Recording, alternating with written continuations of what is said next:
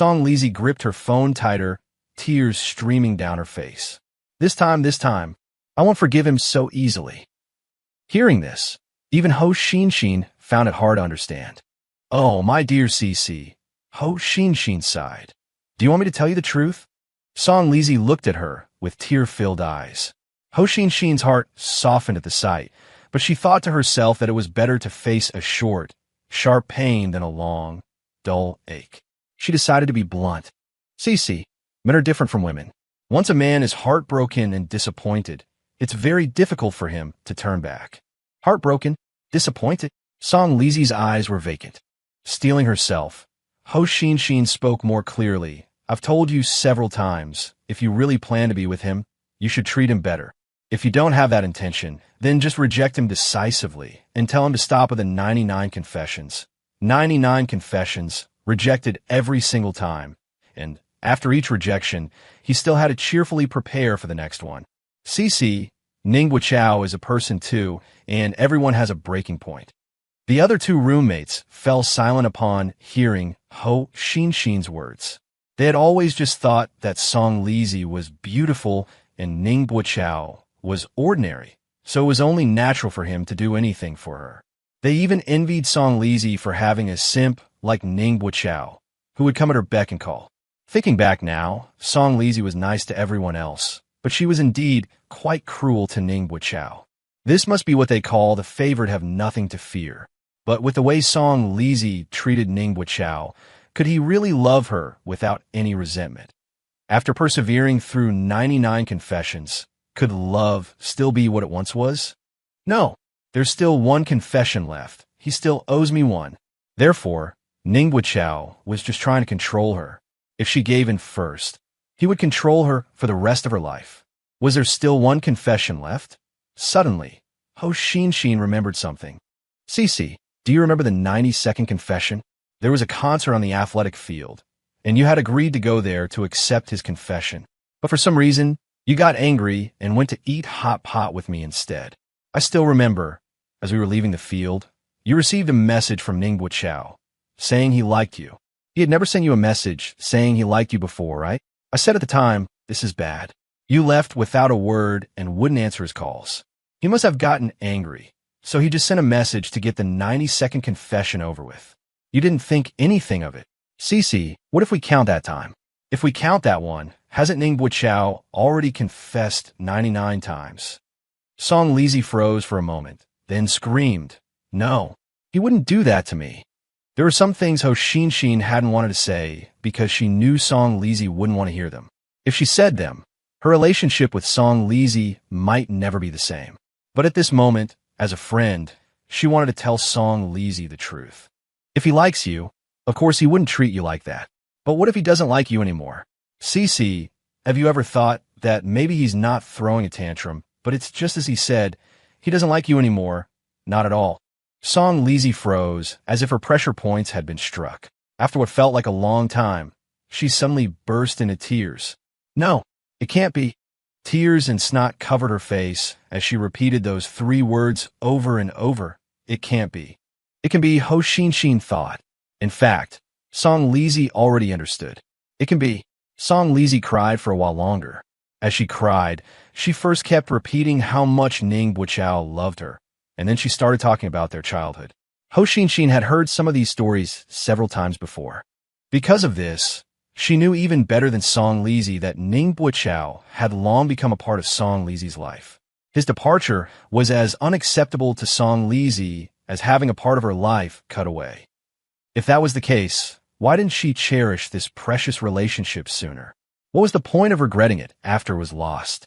It wasn't until after 10 o'clock at night that Song Lizi's emotions finally stabilized a bit. Just then, another roommate secretly created a small group chat without Song Lizi and sent a few photos. Do you guys know Tang Xiaoxia, the freshman? She posted these on her moments. Ho Xinshin didn't know Tang Xiaoxia, but she clicked open one of the photos and she recognized more than half of the people in it. Wei Bai, Xiam Yuman, Zhou Yin, Shun Yue Yuan, Ningbo Chao, Shui Yunxin.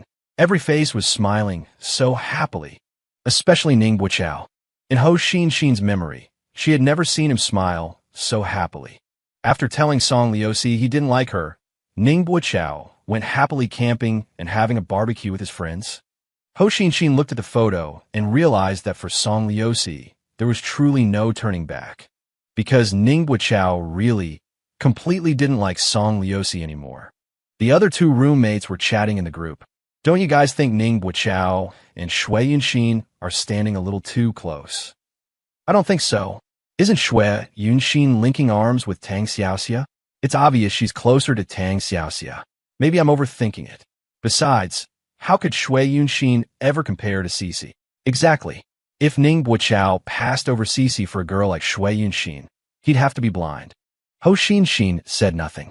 She clicked through the photos one by one. In every single one, Ning Buochao's body was turned towards Shui Yunxin.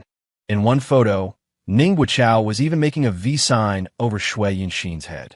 After liking a beautiful and delicate girl like Song Liusi, could he really fall for a girl like Shui Yunxin? No way. They were probably just buddies. Ho Xinxin had met Shui Yunxin before. With her personality, she could become buddies with anyone. But she had never heard of anyone having a crush on Shui Yunxin. Ning Buochao was even more out of the question. And yet, Ning Buochao's smile in the photos was so incredibly bright. Ho Xinxin looked at the oblivious Song Liusi and thought to herself, objectively speaking, isn't leaving Song Liusi a kind of liberation for Ning Buochao? Only students could truly understand the immense satisfaction of a big feast with friends after final exams. That night, everyone hung out until after 10 o'clock before breaking up. The group took taxis back to campus. Wei Bai, Xiam Yuman, Ning Buochao, and Shui Yunxin got in the same car. About half an hour later, Wei Bai and Xiam Yuman got out near their homes, and the rideshare continued towards High University. Now, only Ning Buochao and Shui Yunxin were left in the car, one in the front passenger seat and one in the back. Chower, are you going home tomorrow? Shui Yunxin asked casually. I leave on the 3rd, Ning Buochao replied. I bought the plane ticket in advance. I wasn't sure what day exams would end, so I left some buffer. Shui Yunxin. Plane tickets don't have student discounts, do they? Some airlines do, said Ning Buochao. I snagged a half-price ticket in advance, which is a better deal than the 25% discount on the high-speed rail. That's pretty good, Shui Yunxin said. I'm not going home. I'm just going to focus on work. Ning Buochao smiled. I'm just going home for a week, then I'll come back to work at the company too. Shui Yunxin was surprised. Is Sister Qian that much of a slave driver? No, Ning Buochao said, turning halfway around in the passenger seat to talk to her. I'm the one who wants to come back to work. Shui Yunxin, you've got a bright future, young man. As they spoke, the car arrived at High University. After they got out, they saw the other two cars had also arrived. Everyone poured out and swarmed onto campus. The two of them followed the crowd, continuing their conversation. Senior, are you going to the company tomorrow? Ning Buochao asked. Shui Yunxin, of course I go to the company every day. The day after tomorrow is the supernova finale. There's a ton to do tomorrow. Busy with exams lately, Ning Buochao hadn't paid much attention to supernova training camp. Now, hearing Shui Yunxin bring it up, he asked, Chun Mao will definitely debut, right? Shui Yunxin said proudly, his debut is a sure thing. What we're fighting for now is a top 3 spot.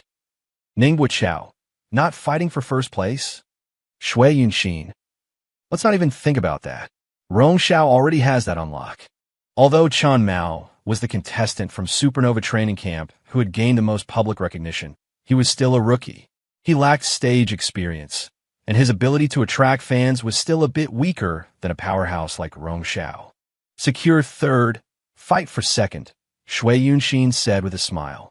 Honestly, even if they gave the C position to Chun Mao, he wouldn't quite be able to handle it yet. Ning Buochao wasn't really interested in Supernova Training Camp, nor was he really interested in Chun Mao. He was only interested in Shui Yunxin. Chun Mao was Shui Yunxin's project, so he hoped Chun Mao would do well. The night after tomorrow, can we watch the finale together? Shui Yunxin, of course. The TV in the company conference room is huge and the internet is good. We could buy some fried chicken and beer and watch the finale together. Ning Buochao was overjoyed. Tonight had been too perfect. It almost felt unreal. After walking Shui Yunxin and the others back to their dorm, Ning Buichao, Zhou Yin, and Pan Kong also returned to theirs. After washing up, Zhou Yin and Pan Kong lay on their beds with their phones and started scrolling through videos. Ning Buichao was scrolling through his Moments feed. Shui Yanxin loved posting on her Moments, sometimes several times a day. He didn't necessarily reply to every post, but he always liked them. He refreshed the feed. Nothing new from Shui Yanxin, but posts from a few other friends appeared. Most of them had posted 9-photo grid, but the pictures they chose were slightly different. Ning Buichao carefully looked at each picture and then saved them all. Finally, his gaze rested on a particular photo. In this photo, his hand was making a V sign over Shui Yanxin's head. Looking at this V, Ning Buichao smiled. So he had been this close to Shui Yanxin tonight, and he had been smiling so happily. After saving all the photos, he finally saw the Moments post Shui Yanxin had published. There were no portraits, but there was a picture of all their shadows together and a photo of their glasses clinking. There was also a screenshot of Shui Yanxin's phone with only 3% battery left when she got back to the dorm, as well as the camping table full of delicious food and wine, the moon tonight, and a very cute-looking camping lantern. She never posted selfies on her Moments, but her posts were always so interesting. Ning Buichao liked this post, and then he published one of his own, a 9-picture grid with group photos and scenery. The caption read, "Stole everyone's pictures." Soon, he saw Shui Yanxin's like. Actually, he wasn't someone who liked to post on Moments very much, because life was too boring, there was nothing to post, and also because he felt that no one would pay attention to his life. But now, he would occasionally post something, because now, his life was not so boring, and also because he was starting to look forward to certain people's likes. Weibo gave Ning Buichao a like. Simp gave Ning Buichao a like. By the time they got home, washed up, lay down, and did what needed to be done, it was already 12 o'clock. After playing on their phones for a while longer, it was 12:30. June doesn't have 31 days. That is to say, after this night of barbecue, drinks, cake, and restless excitement, June was over. Along with it, Weibo's freshman year also came to an end. Time really flies. Regarding time, a famous author once wrote these sentences. When the swallows go, they will come again. When the willows wither, they will be green again. When the peach blossoms fade, they will bloom again. But you who are clever, tell me, why does our freshman year, once gone, never return? Weibo didn't actually want his freshman year to come back. He was just feeling a little emotional. Chapter 487, Tacit Understanding. How come it feels like we just finished the college entrance exam? The next morning, Weibo said, holding his classmate's Xie. The college entrance exam results should be out soon, right? Simp said. Weibo was still half asleep, but he woke up instantly upon hearing this. Whether the college entrance exam results were out or not was not important. What was important was that the high school entrance exam results should be out, right? He wondered if Chun Yao had gotten in a no. One high school. Weibo wanted to ask Shui Yanxin, but then he remembered he was going to the company today, so he could ask her in person. Time flies so fast. The Supernova training camp finale is tomorrow night. Weibo sighed again. Simp nodded. Chun Mao will definitely debut in a high position. Weibo, I was busy with exams for a while and didn't pay much attention to the training camp. I'll go to the company today and have a good chat with Brother Chui. Now that the exams were over, Simp didn't have much to do, so she went with Weibo to Mu Chao culture. With the sudden relaxation of their study schedule, both of their lives became much more irregular. The night before, they had played until after 10 o'clock before going home, and this morning they slept until 9 o'clock. They got up slowly and had a simple breakfast. By the time they took a taxi to the company, it was already 10 o'clock. When the two arrived at the company, they saw that Shui Yanxin and Ning Buichao had already arrived and were talking together. Weibo looked at Ning Buichao in surprise. You didn't go home? Just a couple of days ago, Chauer had said he would go home for a week before coming back to work. How did he suddenly appear at the company this morning? Ning Buichao smiled. I bought a ticket for the 3RD. Weibo, what a coincidence. I'm also on the 3RD. Shui Yanxin said happily. Boss, shall we watch the finale live together tomorrow night then? Watching Chun Mao's debut with colleagues from the company would be quite meaningful. Weibo decided to agree. Just then, he saw the expectant look in his Chauer's eyes. Weibo understood. Chower also wanted to watch the finale live with Shui Yunxin, and he wanted Weibo to agree so he could bring Chower along. So Weibo nodded. No problem. We'll buy some food and drinks, and whoever wants to come can come. Chower, as your brother, I've helped you this much. Isn't that loyal enough? Shui Yunxin nodded. I'll definitely come, and Chower will come too. Weibo, Excuse me, Senior Shui Yunxin, how did you know so quickly that Chower would come? Could it be that you two already agreed on it? In other words, Chower could have watched the live broadcast with you alone, but because I agreed, this has turned into a team-building event. So, that expectant look in Chower's eyes just now wasn't asking me to agree, but to refuse. What a painful misunderstanding. Weibo ignored Ning Buichao's disappointed expression, pretended that nothing had happened, and led his girlfriend into the conference room. We'll stand them up tomorrow. Weibo made his decision. Simp, are we creating a world just for the two of them? What if other people come? Weibo, then I'll just tell them not to. Just then, Simp received a new message on her phone. It was from Xunyue Yuan. Xunyue Yuan, Zhou Yin said Sister Yunxin is calling us to watch the Supernova finale livestream at the company tomorrow. Xunyue Yuan, are you guys going to? Food and drinks are on me. Simp held up her phone for Weibo to see.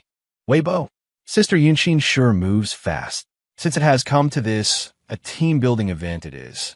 Everyone is coming voluntarily. What could he do? The only thing he could do was to forget about it and throw himself into his creative work. The exams were finally over, and classmate Xie had time to create with him. He was now brimming with creative desire. Weibo sat at the piano. Simp picked up her guitar. The morning light fell softly on them. Harmonious notes began to dance. First came the soothing single notes of the piano, creating a peaceful and comfortable atmosphere. Then the progression began, with the guitar laying the foundation. We should need a drum beat here, Weibo said. Simp, do you want the emotion to build from slow and steady to a soaring passion? Weibo tried a few more notes. I want that feeling of suddenly rushing towards something. Suddenly rushing towards something? Simp immediately thought. Like in Sunset? Yes, the feeling Weibo couldn't quite describe suddenly took shape.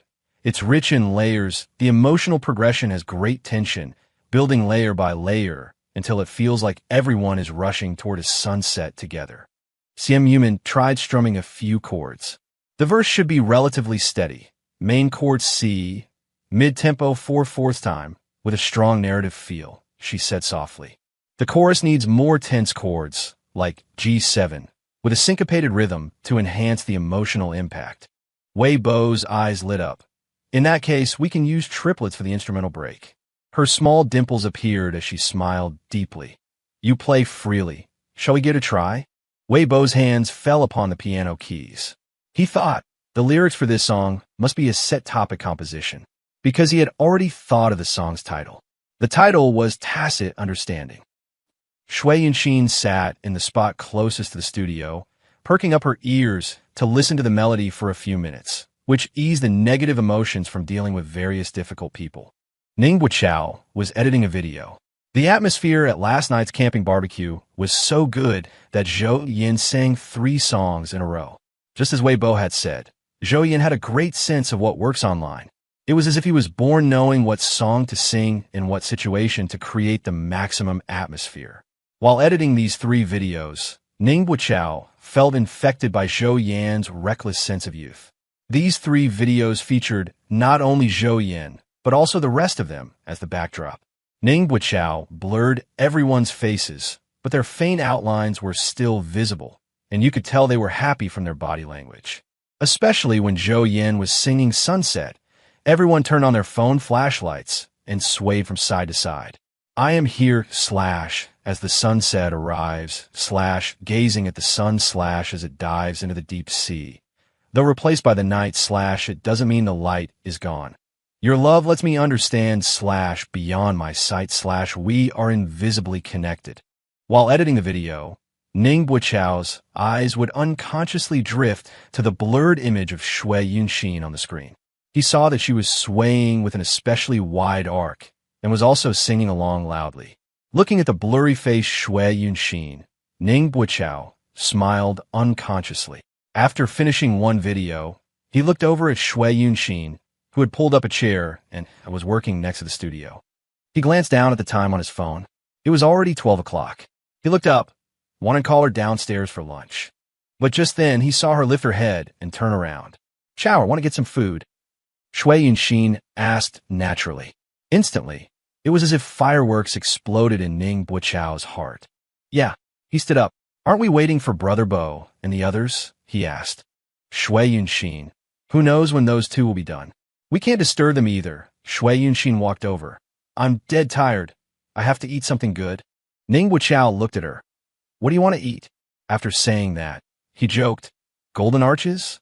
At almost the same time, Shui Yunxin also laughed. "Golden arches?" As the word arches fell, the two looked at each other and smiled. Shui Yunxin, "Since we're on the same page, let's go with the golden arches. Long live the arches." At 12:30, Wei Bo and Simp ran into Ning Buichao and Shui Yunxin at the golden arches. They had just arrived, while Ning and Shui had already finished eating. Wei Bo gave Ning Buichao a teasing smile. Who knew Chao was such a man of action, moving so quickly and frequently?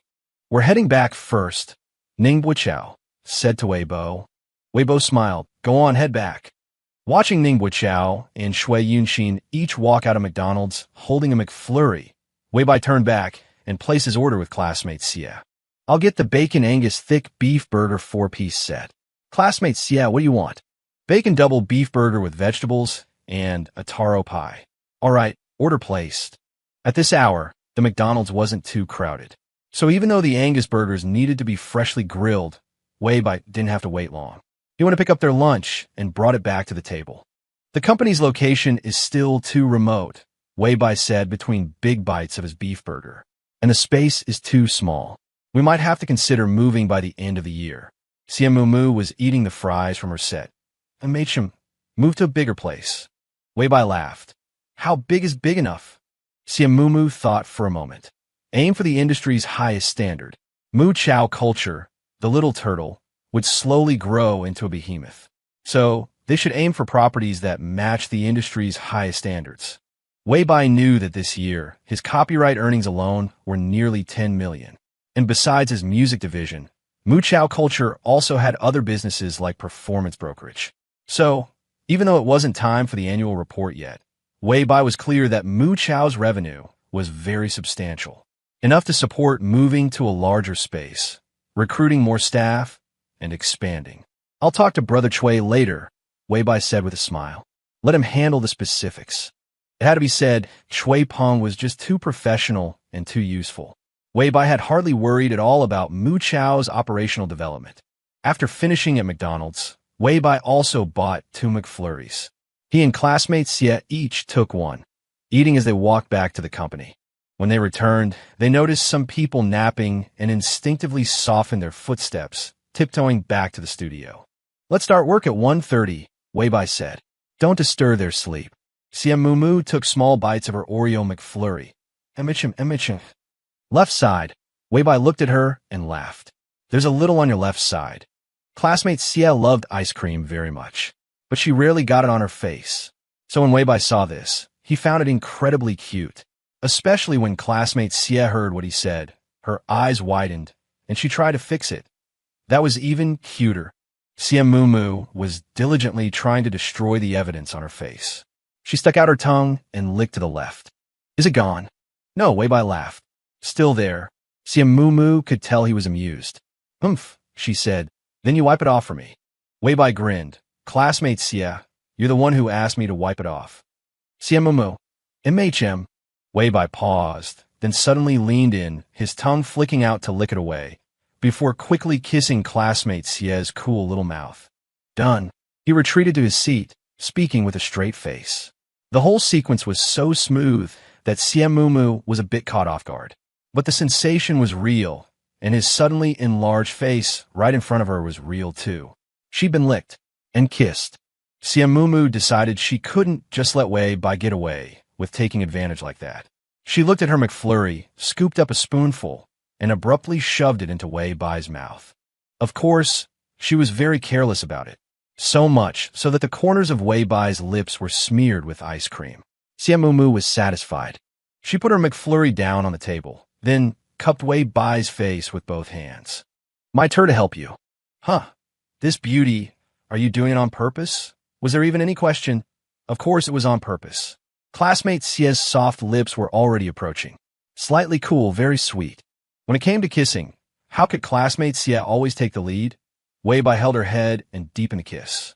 The flavors of Oreo and strawberry intertwined, blending into an exceptionally sweet taste.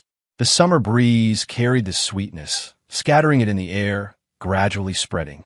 Why is it so quiet in the studio? Shui Yunxin, who had been working for a while, suddenly realized this. Maybe they're resting, Ning Buqiao said, or it could be because there were people napping outside earlier. Shui Yunxin chuckled. Do you think they kissed during the breaks? Such a private matter. Ning Buqiao had no idea. Shui Yunxin, of course, didn't expect him to answer. She was just musing. When will such a sweet romance come my way? Ning Buqiao said seriously, it's not that you don't want to date, senior.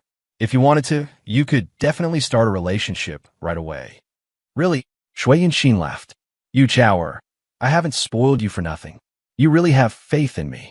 If she could start dating just because she wanted to, would she still be single now? But thinking back, when she was a freshman, it wasn't like no one had pursued her. Back then, her mind was solely on earning money and saving for tuition and living expenses. How could she have had the mood for romance? Right now, my career is just starting. I have the desire, but not the time. She was this busy, she couldn't possibly have a boyfriend come to the company to keep her company every day. Could she? Forget it, forget it. It's better to find a younger guy after I've achieved financial freedom. As she was thinking this, she heard Ning Buqiao ask, Senior, are you planning on dating anytime soon? Shui Yunxin laughed heartily. Why? Do you have someone suitable you want to introduce to me? Someone like me. You shouldn't set someone up for a disaster. Ning Buqiao looked at her seriously. Senior, you're great. As a friend, I'm not too bad. Shui Yunxin thought, her self-awareness quite clear. But as a girlfriend, no way. Haven't you heard people say it? That Shui Yunxin only has eyes for money. Who would want a money grubber, a gold digger, as a girlfriend? Senior has a pursuit for money. Ning Buqiao remained very serious. But you're not a gold digger. Ha ha. Shui Yunxin laughed, even more happily. I'm pursuing money, and that's not considered gold digging. It's different, Ning Buqiao said. Senior earns money through her own efforts. The money you make is the result of your hard work and wisdom. But Senior is not someone who sees money as the only measure of value. Nor would you sacrifice your principles or even rely on others for money. TSK, this kid was speaking quite earnestly. Shui Yunxin examined herself for a moment. She thought she could lose her principles for money because she wasn't a person with many principles to begin with. Chaoer, you still don't understand your big sister, Shui Yunxin sighed. How can principles be as important as money? Ning Buqiao gave a shy smile. It's Senior who doesn't understand herself. His senior was clearly very pretty, yet she was always looking disheveled. From her freshman to junior year, she had done tutoring, run errands, and even written assignments for others. Her schedule was packed every day. But his senior had never thought about getting a rich boyfriend to spend his money. How could that be gold digging? Wealth created through her own physical and mental labor, by investing her own time and energy, was completely different from what everyone understood as gold digging. The topic didn't go any deeper, because Shui Yunxin took a work call and quickly threw herself into her work. Their conversations often came to an abrupt end like this. Ning Buqiao didn't feel the slightest bit uncomfortable. Instead, he also turned back to his work. He had finished editing the videos he had on hand and was now learning some new editing techniques. Sometime after 3 in the afternoon, Fei Wenxian came by. She was surprised to see Ning Buqiao there. She called him into the conference room for a chat that lasted about 10 minutes. When he came out, Ning Buqiao's head was spinning a little. Shui Yunxin asked him, "What did Sister Qian want with you?" Ning Buqiao replied, "She gave me a few benchmark accounts and told me to write an analysis of their editing." Shui Yunxin gave him a sympathetic look and patted his shoulder. "Keep it up. Sister Qian really is ruthless when it comes to training people, even giving homework to a part-timer. While Shui Yunxin sympathized with Ningbo Chao, she was also happy for him. Following Sister Qian, his growth would be much faster than following her. Once a person gets busy, time flies especially fast. 2 days passed in the blink of an eye. In these 2 days, Weibo had thrown himself into the world of music, co-creating a song with classmate Xie according to his own musical tastes. It was titled Tacit Understanding. The melody was already done, and he planned to write the arrangement and lyrics himself. There was no rush for this. He would finish it slowly when inspiration struck. Tonight, there was something more important, more exciting to do, and that was to watch the live finale of Supernova Training Camp. Previously, Shui Yunxin had suggested they watch the live broadcast together and had also invited Zhou Yin and Sun Xiuxiu. Sun Xiuxiu had already gone home for the holidays. Zhou Yin eagerly agreed, adding that he would bring his girlfriend along. So, in total, there were 6 people gathering at the company tonight to watch the live broadcast. Weibo, Xian Yuman, Zhou Yin, Shun Yueyuan, Shui Yunxin, and Ningbo Chao. The 6 of them were all old acquaintances. They had a simple dinner together in the evening and were waiting in the company conference room by a little after 7. Shen Yueyuan brought a large bag of snacks and beer, which filled the table. She had even prepared some balloons and flowers, decorating the conference room simply. At the head of the long table was a 75-inch large-screen TV on a movable stand. This was used for company meetings, mainly for displaying PPTs and playing Weibo's new songs. This was the first time it was being used as an actual TV. To be precise, it was being used as a screen. Weibo fiddled with it for a while, bought a subscription, and finally succeeded in casting Supernova Training Camp to the screen. At that moment, a countdown was playing on the screen. The finale hadn't officially started yet. As they were chatting, Shen Yueyuan's phone suddenly rang. She answered the call and said happily, "The fried chicken I ordered is here." A moment later, the fried chicken also arrived. Weibo looked at the food and drinks spread across the table and suddenly felt a little nervous. Their side was all set up, just waiting to cheer and celebrate for Chun Mao. He wondered how things were on Chun Mao's end. Was he nervous? Shui Yunxin was even more nervous than Wei Bai. She was Chun Mao's manager and shared a common interest with him. The more popular Chun Mao became, the more money she could make, and vice versa. Actually, she shouldn't have been here tonight. She should have been in Shuncheng at the final performance. But Brother Chui had taken her job and gone to Shuncheng, so she could only worry in Haicheng. "I wonder if Brother Chui has gotten in yet," Shui Yunxin said. "Gotten in?" Wei Bai was surprised. Brother Chui went to the live show. No wonder he hadn't seen Shui Peng for the past 2 days. Shui Yunxin said he's been there for more than half a month, discussing the profit distribution with Goose Factory after Chun Mao's debut. Although she was Chun Mao's manager, she didn't have the ability to handle such a major event independently, so Chui Peng had to go and negotiate in person. Hearing this, Shen Yueyuan was surprised and said, "Mr. Chui went to negotiate the contract in advance. Doesn't that mean the debut spot is already locked in?" Shui Yunxin said with a seasoned expression, "That's right. Some companies are willing to give Goose Factory a larger share of the profits to push their own artists for debut. Other companies feel that their artists are already popular and it's not cost-effective to debut with Goose Factory. They'd rather be eliminated at the cutoff and give the spot to Goose Factory in exchange for some resources." Shen Yueyuan said angrily, "It's all rigged." Shui Yunxin said, "Not all of it. As far as I know, of the 7 debut spots, only 3 are questionable." Shen Yueyuan's eyes lit up. "Which 3? Shui Yunxin named 3 names. Shen Yueyuan exclaimed, "Wow. Sister Yunxin, what else do you know? Tell me quickly." Those 2 top companies specifically target artists from smaller companies, even buying negative press to try and push them down to make way for their own artists, Shui Yunxin said with gusto as Shen Yueyuan listened intently. After the 3rd performance, a lot of negative press was bought about Chun Mao, spreading rumors that he was a gangster and a bully. Wei Bai was speechless. That wasn't exactly a rumor. After all, Chun Mao had really been a young gangster. However, Chui Peng had done an investigation before signing him. Chun Mao was truly spirited when he was a gangster and had been in real fights, but he had never bullied the weak. "I didn't even know about this," Wei Bai said. "How was it suppressed?" As soon as Brother Chui saw the tactics, He knew which company was behind it, Shui Yunxin said with a smile. He made one phone call, and the other party immediately took down the negative press. Shen Yueyuan blinked. Is Mr. Chui that powerful? Shui Yunxin said, no, it's because Brother Chui has been in the industry for 10 or 20 years and knows a lot of dirt on a lot of people. Brother Chui said that if he couldn't handle this small matter concerning Chen Mao, he would have wasted all these years in the business. Shen Yueyuan exclaimed, wow.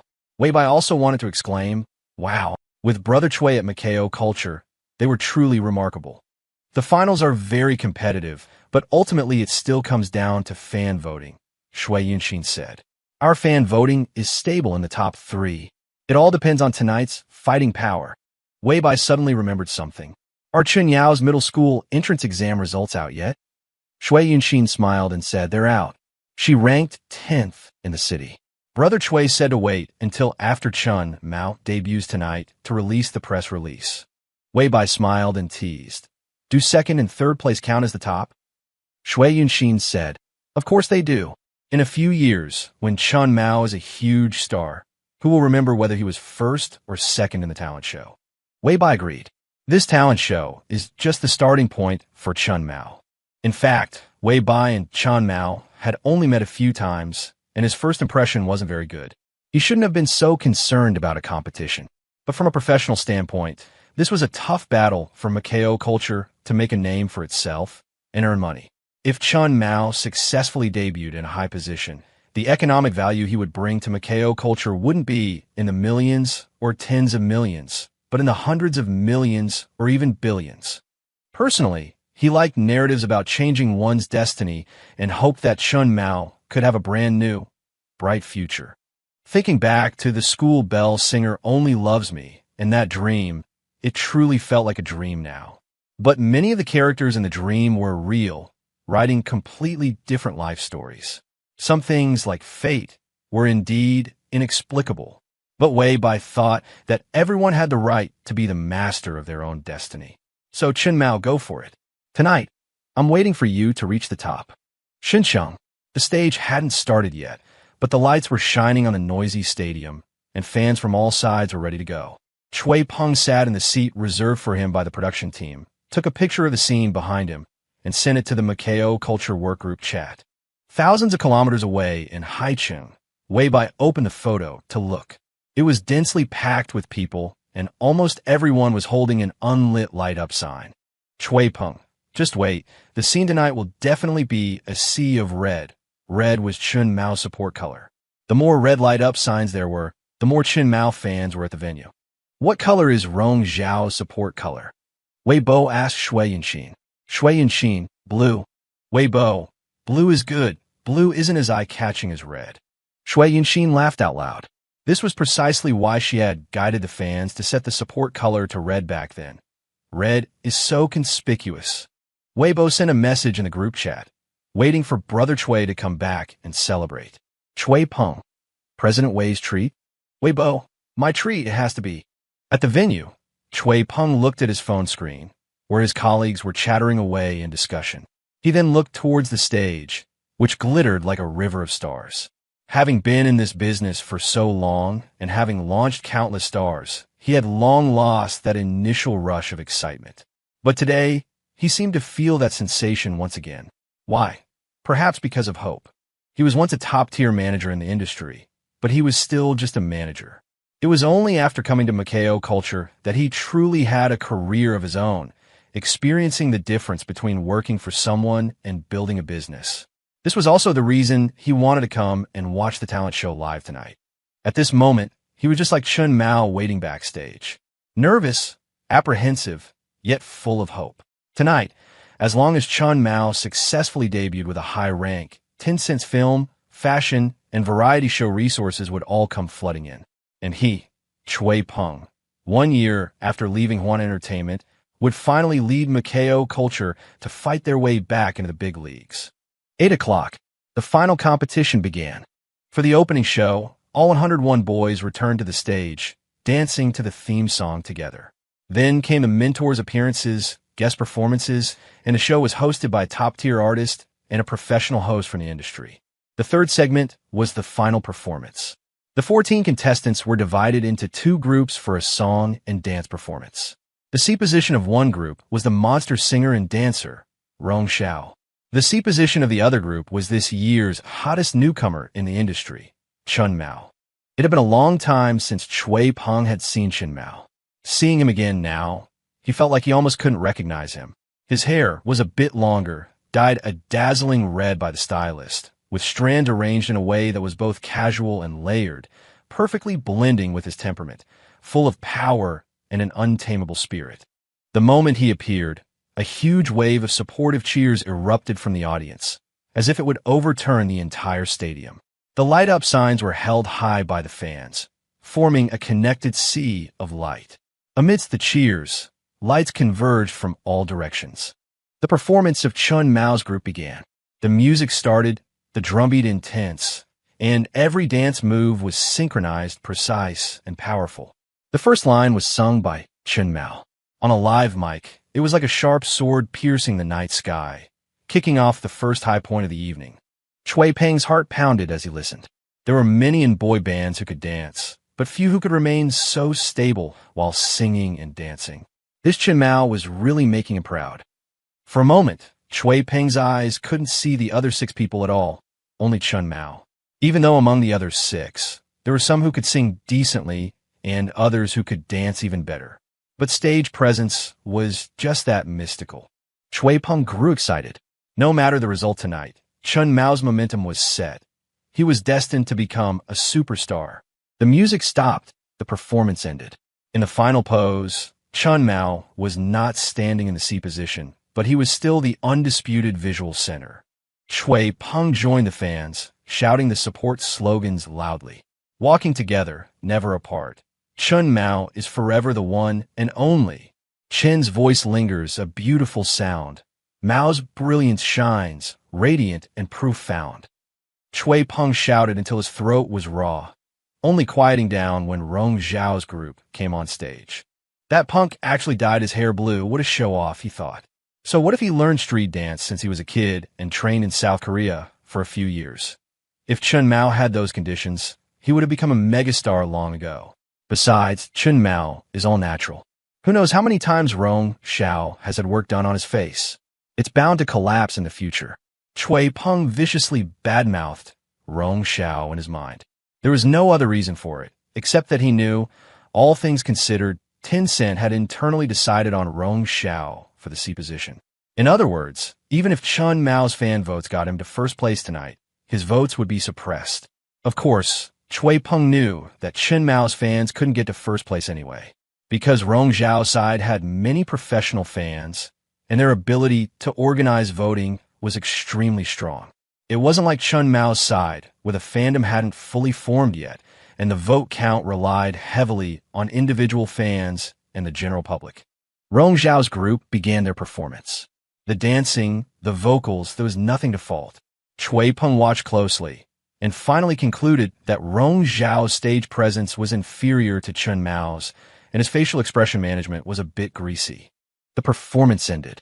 The venue began to play a retrospective video of the 14 contestants' journey through the competition, and the contestants began to rally for votes. Chui Peng watched quite seriously, almost moved to tears by Tencent's editing. The vote rallying segment was a bit boring. The contestants started shouting slogans, playing the sympathy card, and saying things that deeply moved their fans. In Chui Peng's eyes, those words were all just ploys to get him to spend money, and not even very good ones at that, until the host suddenly announced a surprise segment, a video call allowing each contestant to connect with the person they most wanted to talk to. Chui Peng immediately sat up straight. This segment wasn't in the schedule he had received beforehand. Was Goose Factory really playing for such high stakes? Weren't they afraid of losing control? Then he calmed down. He wasn't sure if others might screw it up, but Chen Mao definitely wouldn't go off the rails, because there were very few people Chen Mao could call. It was either Chun Yao or the company. If he called Chun Yao, it would undoubtedly be another climax of the night. If he called the company, Chui Peng opened his phone's camera to check his own reflection. Good, quite refined and handsome, no problem there. The order of the calls was based on the performance rankings, from lowest to highest. Chun Mao's ranking was first, so he would be the last to make a call. Before Chen Mao was Rong Xiao. He called his good friend, the popular idol star Bian Yuanbai.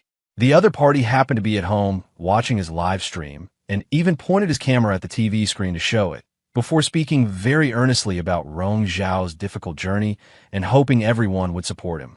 Chui Peng cursed Goose Factory for their cunning. Just because they hadn't informed him about the surprise call segment didn't mean they hadn't informed their chosen one. Looking at Bian Yuanbai's appearance and posture, they had absolutely coordinated in advance, using this to stir up Bian Yuanbai's fans to vote for Rong Xiao, the devious goose. While cursing Goose Factory internally, Chui Peng mentally drafted a speech for the potential call. He had it all figured out. When the time came, he would point the camera at Chen Mao's fans in the audience and say that the people Chen Mao truly wanted to connect with were his fans right here. With a countermeasure in mind, Chui Peng felt a bit more at ease. At that moment, Chen Mao had already taken the microphone. Host, Chen Mao, who is the person you most want to connect with? Chen Mao gripped the microphone, his voice firm. I want to call my boss. In the audience, Chui Peng was already starting to fix his hair. On stage, Chen Mao initiated the video call. His video call interface was projected onto the big screen, with both his and the recipient's avatars pixelated in real time. At this moment, Chui Peng looked at his own phone. Why isn't there any notification? Is the network bad? Huh. On the TV screen, the host and Chen Mao were looking expectantly at the large screen on stage. In front of his own TV screen, Wei Bo was looking down at his phone. Chen Mao is starting a video call with you. Why did he call me? He had assumed Chen Mao would call Brother Chui. Holy shit. Holy shit. Chen Mao is calling you. Zhou Yin shouted. Answer it. Yuan, do I look handsome right now? Good thing I washed my hair this morning. Shui Yinxin was even more anxious than Zhou Yin. Bro, hurry up and answer. If Wei Bo didn't answer, she couldn't even imagine how terrible Chen Mao would feel on stage. Wei Bo turned his head to look at Simp. Her small dimples appeared as she gave a slight nod. Wei Bo quickly pressed the answer button. Shenzhen Sports Stadium. A handsome face suddenly appeared on the big screen. Next to that handsome face were several other handsome or beautiful faces. Among them was one face, completely without makeup, with long, straight black hair, a beauty so otherworldly that it made everyone in the audience gasp. Even the host, who had seen his fair share of beautiful women, was stunned for a moment by the girl on the screen. He forgot the original script and asked involuntarily, Chen Mao, who is this beautiful lady? Chen Mao was silent for a few seconds before answering seriously, the boss's wife. As soon as he said that, on the big screen, the Ice Queen-like girl suddenly smiled.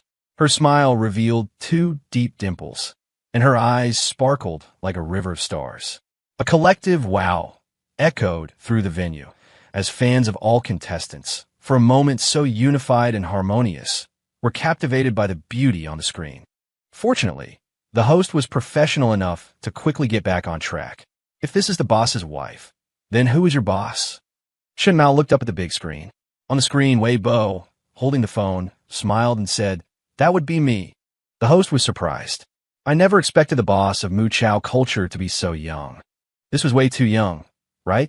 Was he even 20? It seemed like another rich second-generation kid experiencing life. The host then handed the floor over to Chen Mao and the big screen. From the moment the call connected, Chen Mao had been somewhat silent. He hadn't expected Wei Bo to be watching his live stream, and for the company's conference room to be decorated with flowers and balloons. There was even a banner with the slogan, Chen Mao, fly bravely. Your fans will always be with you.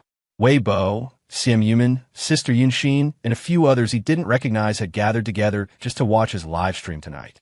Chen Mao stared at the side screen, then suddenly turned his back to the audience and tilted his head up. The audience, all the different fan groups, were shocked. Chen Mao was crying. Chen Mao was actually crying. During the 1 or 2 months of closed training and public performances, all 13 idols present had shed tears, all except for Chen Mao.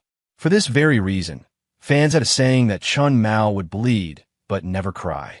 But now, at the live finale, Chen Mao was actually crying. Why? Because of that ridiculously young boss. Chen Mao's crying caught Wei Bo somewhat off guard. Hey, don't cry. The competition is almost over. You can rest once it's done. Hearing this, Chen Mao broke into a smile through his tears. He wiped the tears from his face and faced the audience and a large screen to his side once more. He raised a microphone in his hand, but didn't know what to say. He had known of Wei Bo for a long time, through Zheng Hongshuan's words. But he wasn't familiar with Wei Bo at all.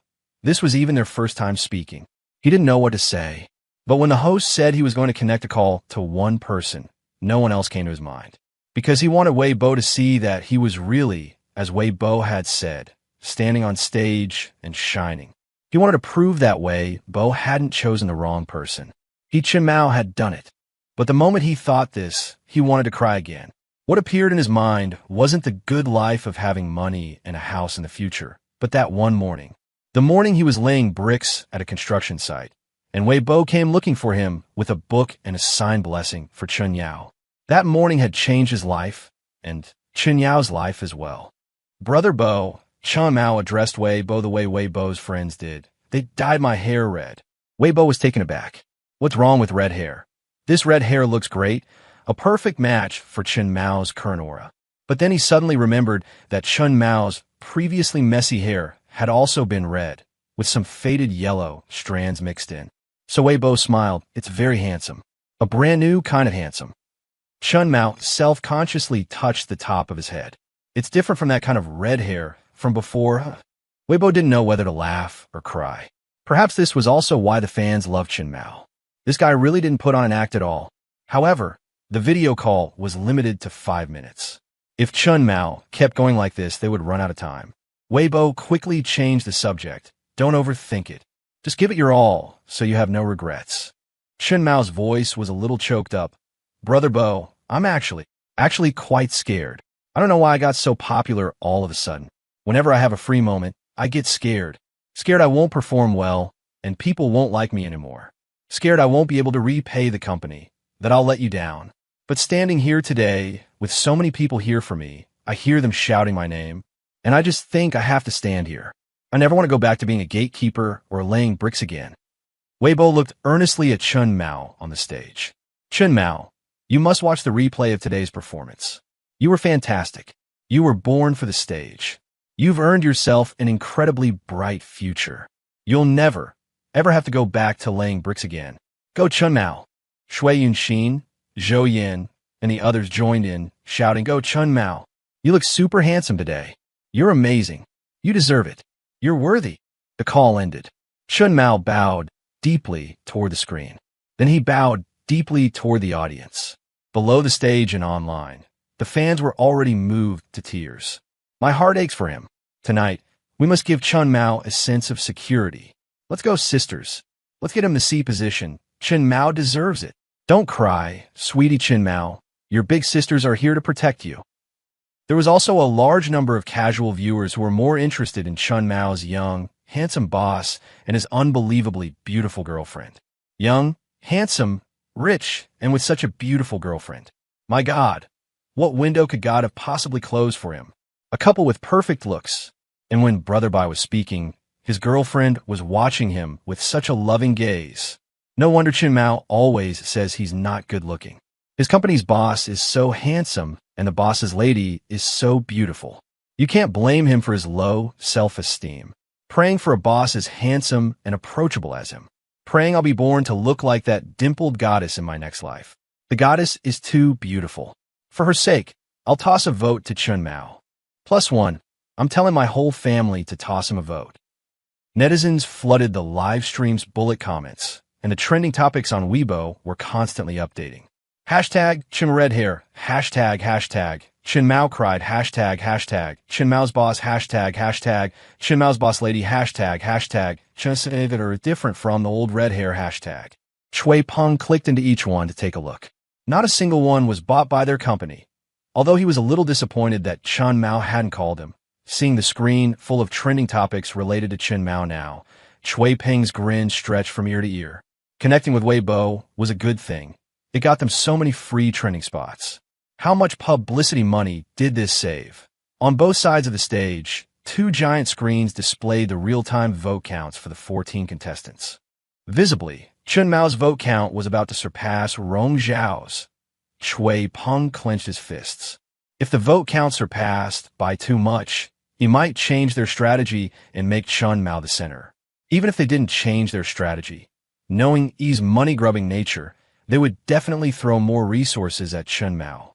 As far as Cui Ping knew, several contestants who had already signed non-debut agreements had each received resource compensation. One of them, who had good natural potential, even directly landed the male lead in an A-list drama. Not debuting didn't mean being abandoned. As a corporation, as long as there was money to be made, it wouldn't let even the smallest opportunity slip by. The more value Chun Mao showed tonight, the more resources he would get in the future. Even if he couldn't secure the C position, his resources wouldn't necessarily be less than Rong Zhao's.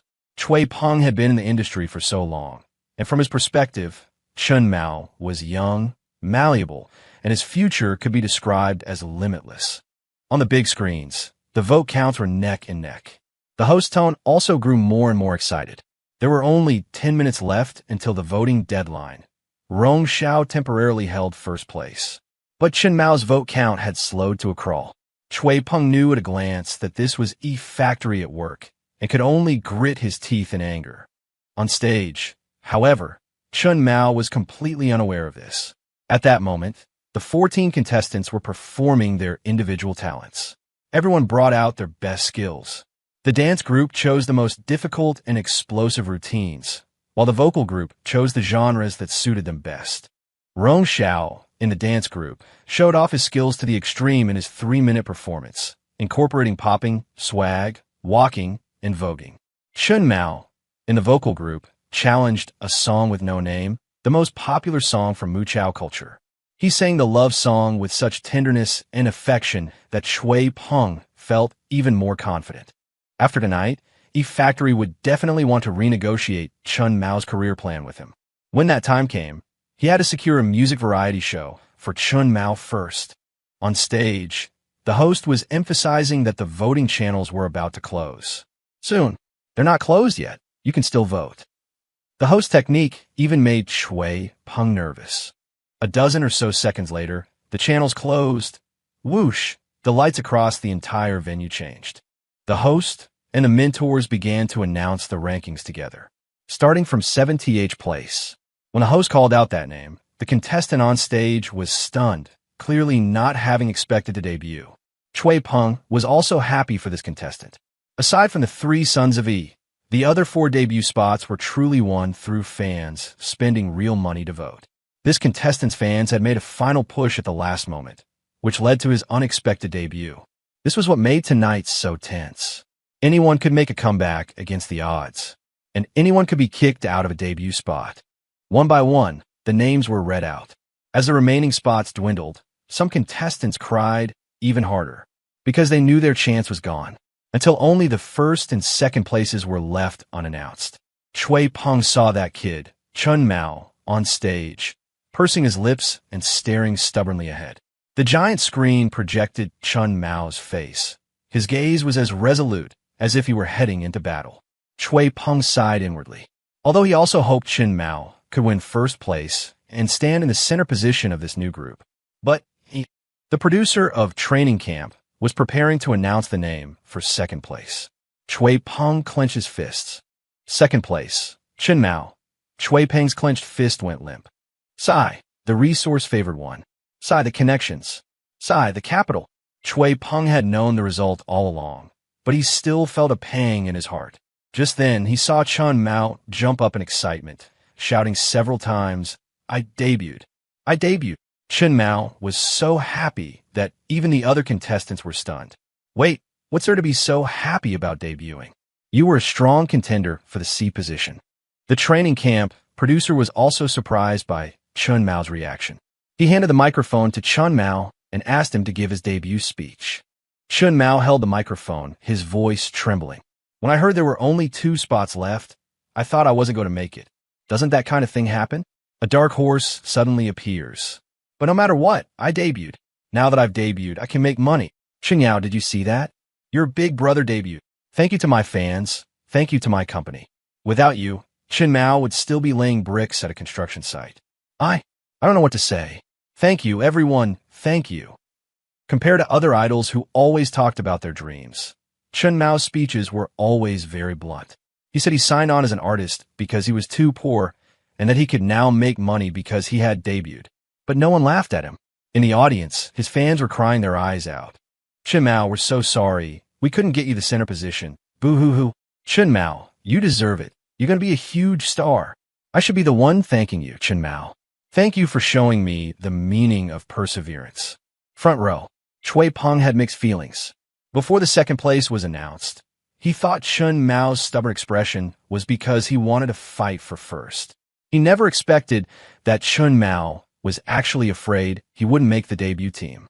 Thinking about it, it made sense. For a kid like Chun Mao with no background and no family connections, it was normal to feel insecure. However, after tonight, everything would be different. Chun Mao walked happily to the second place position, hugging the debuted members one by one. Some here were on good terms with him, others had mocked him. But he didn't care. All he knew was that he had debuted. He was famous, and he was number 2. When she sent him here, Sister Yin Xin was worried they would be eliminated in the first round. But he got second place. A year ago, how could he have ever imagined this day? The recent video call with Wei Bai and his words of encouragement surfaced in his mind. Chun Mao thought to himself, "Boss, I've debuted. I can make money for the company now. I'll make money for the company for the rest of my life." Chun Mao's reaction eased the tense atmosphere at the venue. There was no suspense for first place. Rong Zhao's final speech was comprehensive and flawless. Compared to Chun Mao, he was already a very mature artist. After his speech, he slowly walked to his position, embracing his teammates.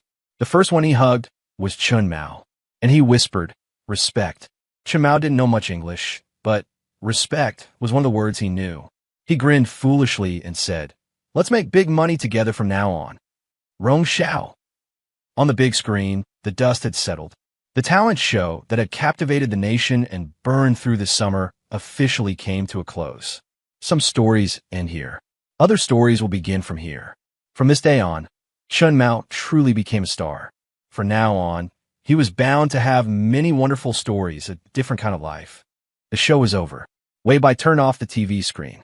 Then he opened a can of beer and clinked it against his lovers and friends. A toast to Chun Mao's triumph, to a bright future.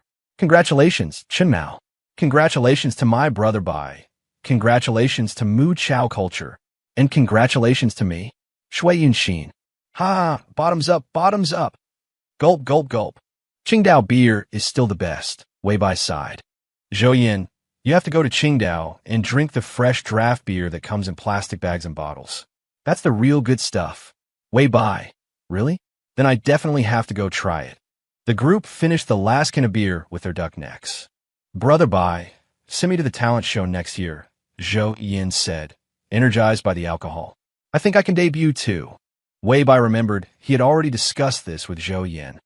Idol stars can't be in a relationship before they transition their careers, he said calmly. Zhou Yin acted as if he was hearing this for the first time, showing immense surprise. Holy crap, then I can't be an idol. Shen Yuan rolled her eyes at him. You're lazy and greedy. How could you possibly be an idol? Zhou Yin tissed twice. That's true, haha. He was indeed quite lazy and greedy, but most importantly, he couldn't live without his Yuan. Xiao Ying Loves Cherries was a die-hard fan of Chun Mao, paying close attention to everything about him. Tonight, Chun Mao debuted in a high rank, and the girls in her fan group were all celebrating. Xiao Ying Loves Cherries was also ecstatic, although like all Mao fans, she had hoped Chun Mao would stand in the center position. But Rong Zhao as the center was acceptable. Rong Zhao had a big brother personality and would definitely take care of Chun Mao and the other younger members. After the wild celebration ended, Xiao Ying Loves Cherries didn't go to sleep. Instead, she was scrolling through everything related to Chun Mao on Weibo and Douyin. As she was scrolling, a comment under a certain Weibo post caught her attention. A high university student is shocked. I can't believe Wei Bai is Chun Mao's boss. High university? Haiqing University? Wei Bai was from Haiqing University. Xiao Ying Loves Cherries clicked on the person's profile to check. The person wasn't a fan of any celebrity. Their profile was mostly filled with daily life posts. Occasionally, they would repost some giveaways from the official High University account. Shouting loves cherries scrolled through and suddenly saw one of the reposts. The repost was a video from High University, and the caption read, "Is Wei Bai the youngest distinguished alumnus in High University's history? Awesome." From his caption, Shouting loves cherries quickly caught the name Wei Bai. Out of curiosity, she clicked on the video. A dozen or so minutes later, Chun Mao fan group. Shouting loves cherries. Sisters, I know who Chun Mao's boss is. Shouting loves cherries. Forwards the official High University Weibo post. Alumni story. Shouting loves cherries. Wei Bai, a freshman at Haiching University. Suddenly, the group chat exploded. A freshman at High University? Brain-computer interface? Why don't I understand any of this? I went and checked Mu Chao Culture shareholders, and it's him, Wei Bai. Holy crap, the partner of Jiang Xiang from that huge scandal a while ago. So young and successful. I can't believe Mu Chao Culture is just his side business. Any sisters from High University here? Wei Bai must be really famous there, right? The discussion in the group was incredibly heated. This screenshot of the conversation was rapidly spread to Group 1, Group 2, Group 3. At 1 in the morning, a member of Group 3 dropped a bombshell. Very famous. His girlfriend is even more famous. She's our university's campus belle. Her last name is Xie. This single sentence blew up the chat, waking countless fans who were still up in the middle of the night. His girlfriend would be the campus belle at my university too. She'd be the city belle in my city.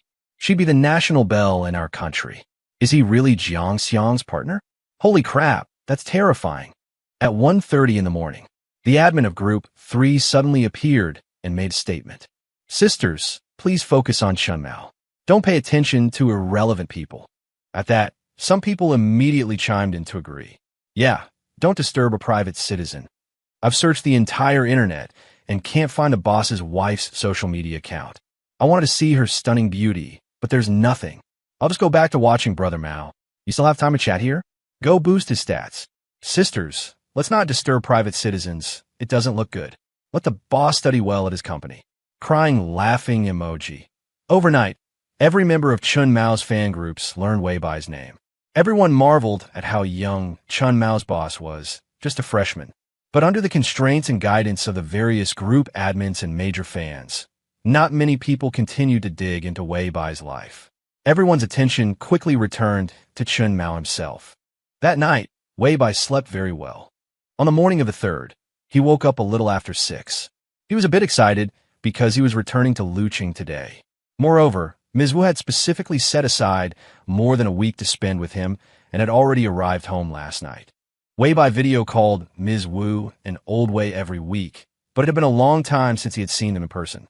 He missed them dearly, and today he could finally see them. At this moment, classmate Xie was not yet awake. Wei Bai quietly got up, preparing to make breakfast. Just as he sat up, he felt a hand rest on his waist. Wei Bai turned his head and saw classmate Xie blinking, trying hard to open her eyes. "You're awake?" he said with a smile. Xie mumbled, "No." Wei Bai, "It's still early, go back to sleep for a bit."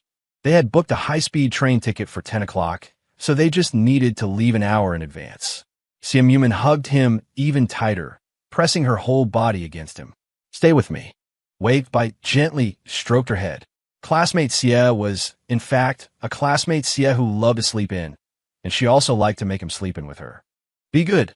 Sleep by yourself," Wei Bai said softly. He didn't have anything important to do. He just couldn't fall back asleep. "No," Xie said, resting her head on his waist. Wei Bai had no choice but to lie back down, holding her entire body in his arms. "Classmate Xie," he said helplessly, "go to sleep. I'll stay with you." But now Xie couldn't sleep either. "Bye-bye," she whispered. "Where should we go for summer vacation?" The two had agreed long ago to go on a trip during the summer break. They hadn't decided where yet, but one thing was certain. It had to be somewhere not too hot. "Yunqing," Wei Bai said. Chow'er said Yunqing is very cool. Or Daocheng. Zhou Yin said last night that the fresh beer there is delicious, and I've never seen the Northern Sea. Either is fine. As long as she was with him, anywhere was fine. "We'll check the weather when the time comes," Wei Bai promised. Anyone with a girlfriend knows that the act of simply holding her can be quite challenging. Sometimes you just want to hold her, but as you hold her, things change. And certain organs are simply not controlled by personal willpower. In any case, Weibai had very little willpower at times like these. Classmates, yeah, you can't sleep now, can you? How about we do some exercise? Simuman, At 9 o'clock, the two of them, each pulling a large suitcase and carrying a backpack, got into a ride-hailing car. Their backpacks were filled with gifts and snacks they had bought for their families in advance. Soon, they arrived at the high-speed rail station and smoothly entered to wait for their train. They had bought first-class seats, adjacent A and C seats. After sitting down, the first thing Weibai did was raise the armrest between them. They always did this when they took the high-speed train or plane together. Sometimes classmate Xie would rest her head on his shoulder and slowly fall asleep. At times like these, Weibai was grateful that these armrests could be raised. Siem Yumin was messaging her aunt. Annie said she would come pick us up. She was talking to Weibo while chatting with her aunt. Weibo, huh? Then I'll tell old Wei not to come. Siem Yumin nodded. Just then, Weibo happened to receive a message from old Wei. Old Wei, I'm not coming to pick you up. Your aunt is, and then she'll bring you back for dinner. Old Wei, your mom is busy at home. I'm helping her out. Weibo read the two sentences twice to make sure he hadn't misunderstood. Annie is picking them up, and then they're going back to his house for dinner. It seemed a bit illogical, yet at the same time, it seemed perfectly logical. Classmate Xie, Weibo looked at Siem Yumin and smiled. We're going to my place for dinner later. Siem Yumin, Weibo, Auntie is coming too. Siem Yumin processed this short exchange. Then her eyes suddenly widened. But what I'm wearing? For the convenience of the high-speed train ride, she had worn a comfortable but simple t-shirt and linen pants. Very casual, not formal at all. Meeting Turtle's parents dressed like this? She should probably find a place to change. Yes. Weibo, huh? What's wrong with what you're wearing? It's comfortable and good-looking. It couldn't be better. Siem Yumin. Really? Weibo nodded firmly. Of course. Does being beautiful only mean wearing a dress, jewelry, and makeup? He thought classmate Xie looked very beautiful, just like this. An idiom like a lotus rising from the clear water couldn't even begin to describe it. Siem Yumin looked at his earnest expression and suddenly smiled. She was overthinking it. Little Turtle wouldn't care if she was meticulously dressed up, so naturally, Little Turtle's parents wouldn't either. Besides, she was pretty. She was pretty even in simple clothes. Yes. She nodded. It couldn't be better. Her deadpan expression was really cute. Weibo rubbed her head. I wonder what delicious food Ms. will make for us, Weibo said. Siem Yumin. Everything Annie Wu makes is super delicious. Weibo agreed. That's true. The two of them chatted in low voices, completely unaware that a girl on one side of the aisle was glancing at them again and again. Even if they had noticed, they wouldn't have cared. After all, good-looking people attract some attention when they go out, and Weibo was already used to it, provided he was out with classmate Xie. A little over an hour later, the train arrived in Luqing. As soon as the two of them reached the station exit, they saw the very conspicuous Maybach. On one side of the Maybach, Yuli was leaning against the car, wearing sunglasses and waving at them. The two of them quickly pulled their suitcases and walked over. Yuli took off her sunglasses. You must be hungry, right? Let's go, time to eat. This was a very common phrase. But in Luqing, hearing a family member say such words, Weibo suddenly felt a great sense of happiness. The words go home to eat just seemed so blissful. Going home to eat with classmate Xie was even more blissful. The sentence, going home with classmate Xie and Annie to eat a meal made by Ms. Wu and Old Wei, practically constructed an incredibly happy scene. They were in the familiar Maybach again. Weibo and classmate Xie sat side by side, looking forward to getting home. Station exit. Xiao Ying loved cherries, watched the Maybach drive away. She excitedly took out her phone and continued the previous topic with her best friend. They really got off at Luqing Station and got into a Maybach. They're actually from Luqing. Her best friend also liked Chen Mao and was very excited to see the message. Oh my God, how can the world be so small? But it makes sense when you think about it. Your university student, the boss and the boss's wife are also university students. You're on break, so they are too. You go home, of course, they have to go home too. I was wondering before, how could Chen Mao, working a manual job in a small city like Luqing, be discovered by the owner of an agency? I never thought they're from the same hometown. Shouting loves cherries, fingers flew across the screen. In a small city like Lucheng, how many people can afford a Maybach? I feel like I'm about to uncover the boss and his wife's background. Her best friend immediately advised her against it. Don't dig and don't post it in the group chat. They are private citizens. It's not good to dig into private citizens' lives. Don't cause trouble for Chun Mao. Shouting loves cherries had to suppress her curiosity. Actually, I don't think I need to dig.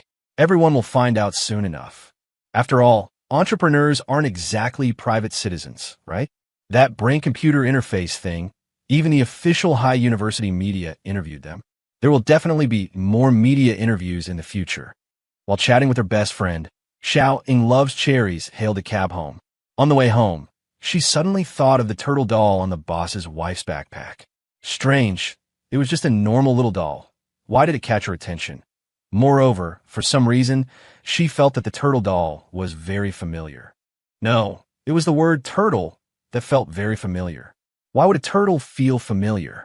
Shouting loves cherries couldn't figure it out and could only conclude that she was craving soft-shelled turtle. Her house was very close to the high-speed rail station, a 10-minute trip home.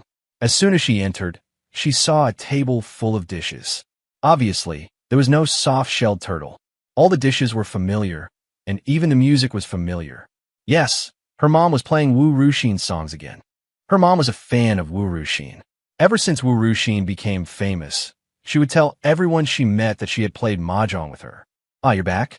Wash your hands and eat first. Seeing her daughter return, Cherry's mom started humming Spring Breeze Slumbers. At the dinner table, Cherry started promoting Chun Mao to her mom. He's from our Lucheng too. I really didn't expect a small place like our Lucheng to produce 2 big stars in a row. Speaking of this, Cherry's mom had plenty to say.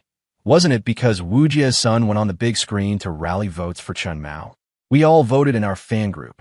Wu Jie's son? On the big screen? Shouting loves cherries. His eyes suddenly widened. Mom, are you saying that Wei Bai is Wu Ruxin's son? Yes. Her son has been outstanding since he was a child. He was the top scorer in last year's college entrance exam and has a girlfriend who is so beautiful. Shouting loves cherries. As jaw dropped. She had to admit, it was a really small world, but she never expected it to be this small. No, she couldn't dig any further. Otherwise, she was afraid she'd evolve into a Seising fan. However, Chun Mao's boss is surprisingly outstanding. Handsome, a good student, and incredibly rich. Is he even human? He's clearly a male god. Chun Mao's boss is even more of a male god than Chun Mao. After dinner, Shouting loves cherries went back to gossiping with her best friend. This time, she found typing too slow and just called her directly. Her best friend had also just finished eating, and the two started a long phone chat. Wow, her friend said in surprise, your mom really held the child version of the boss. Shouting loves cherries. My mom doesn't have any other hobbies, just loves to brag a little. Her best friend giggled. As they chatted, the topic gradually drifted. Shouting loves cherries brought up the soft-shelled turtle. Seeing the boss's wife's turtle plushie suddenly made me crave soft-shelled turtle. A turtle plushie, her best friend said, puzzled. I can't imagine the boss's wife carrying a turtle plushie. I thought beauties like her all carried Labubu or La Chapelle keychains. Labubu is really hard to get now. Yeah. It had been a long time since he had Ms. Wu's cooking. Wei Bai ate until he was 13/10 full, his stomach bulging. Xian Yumin also ate a lot, especially the sweet and sour pork ribs. She declared that they were the best sweet and sour pork ribs in the world.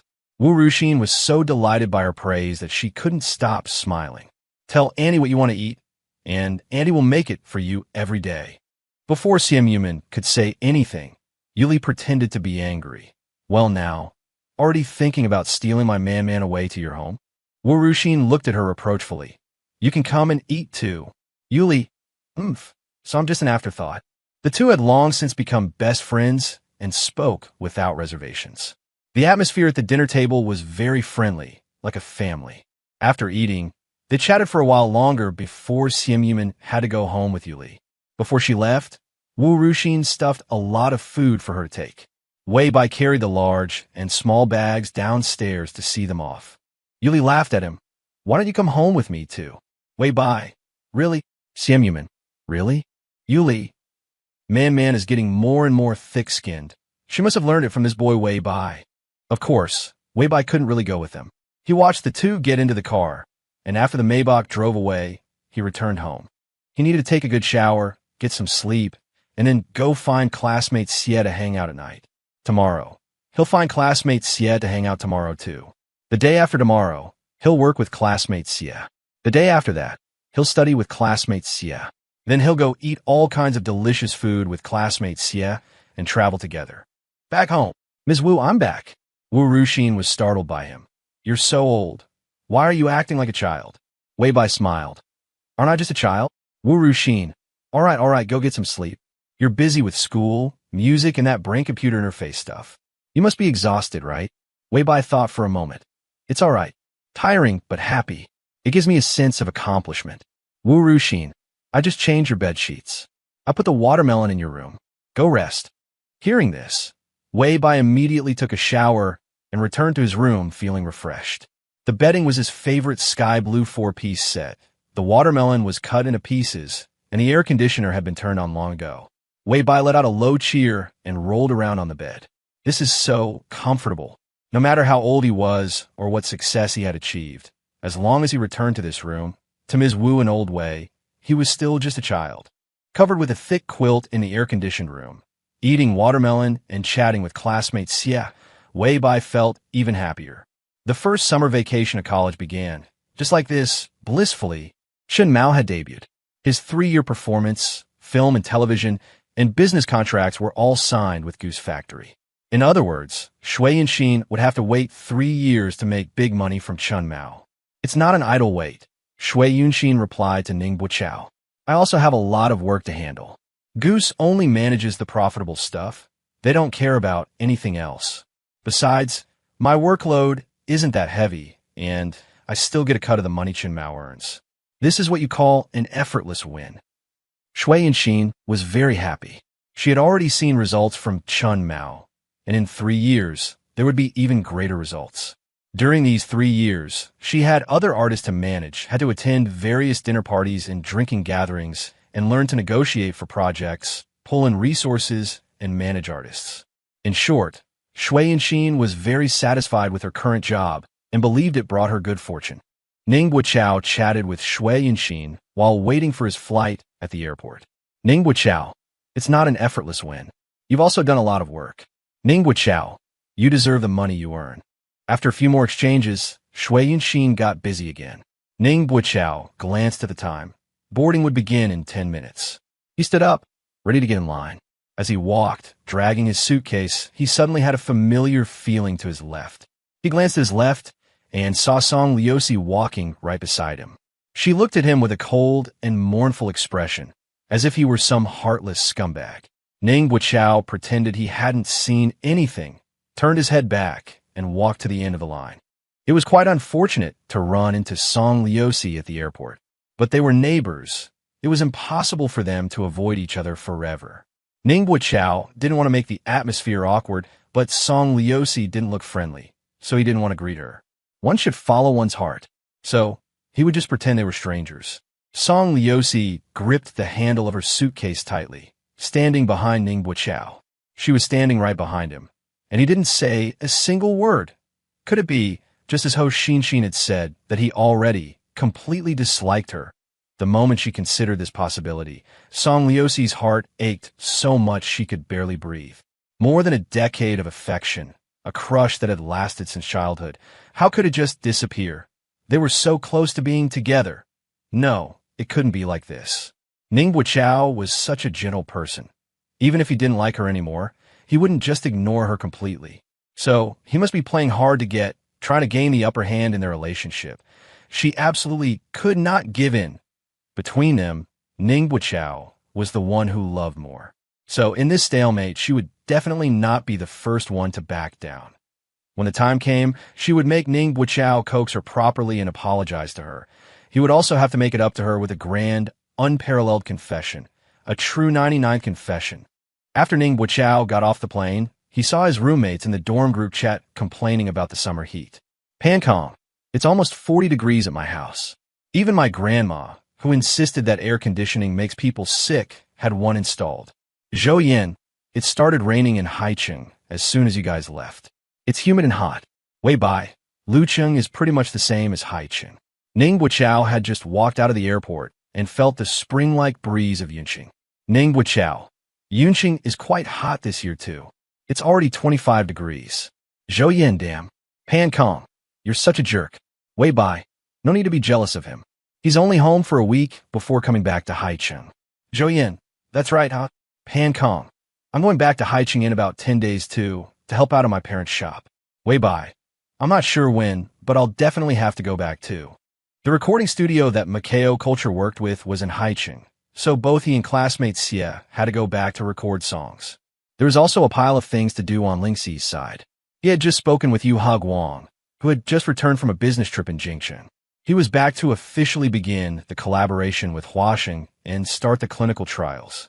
Although there were many things to do, it was summer vacation after all, with no school, so Wei Bai felt it was still quite relaxed overall.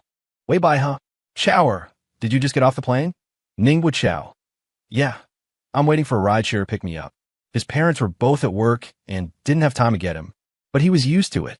Ever since he was young, his parents had always been busy with work, so he often ate at the home of Song Liuxi, who lived on the same floor. Thinking of this, Ning Buqiao felt that this matter was a bit difficult to handle.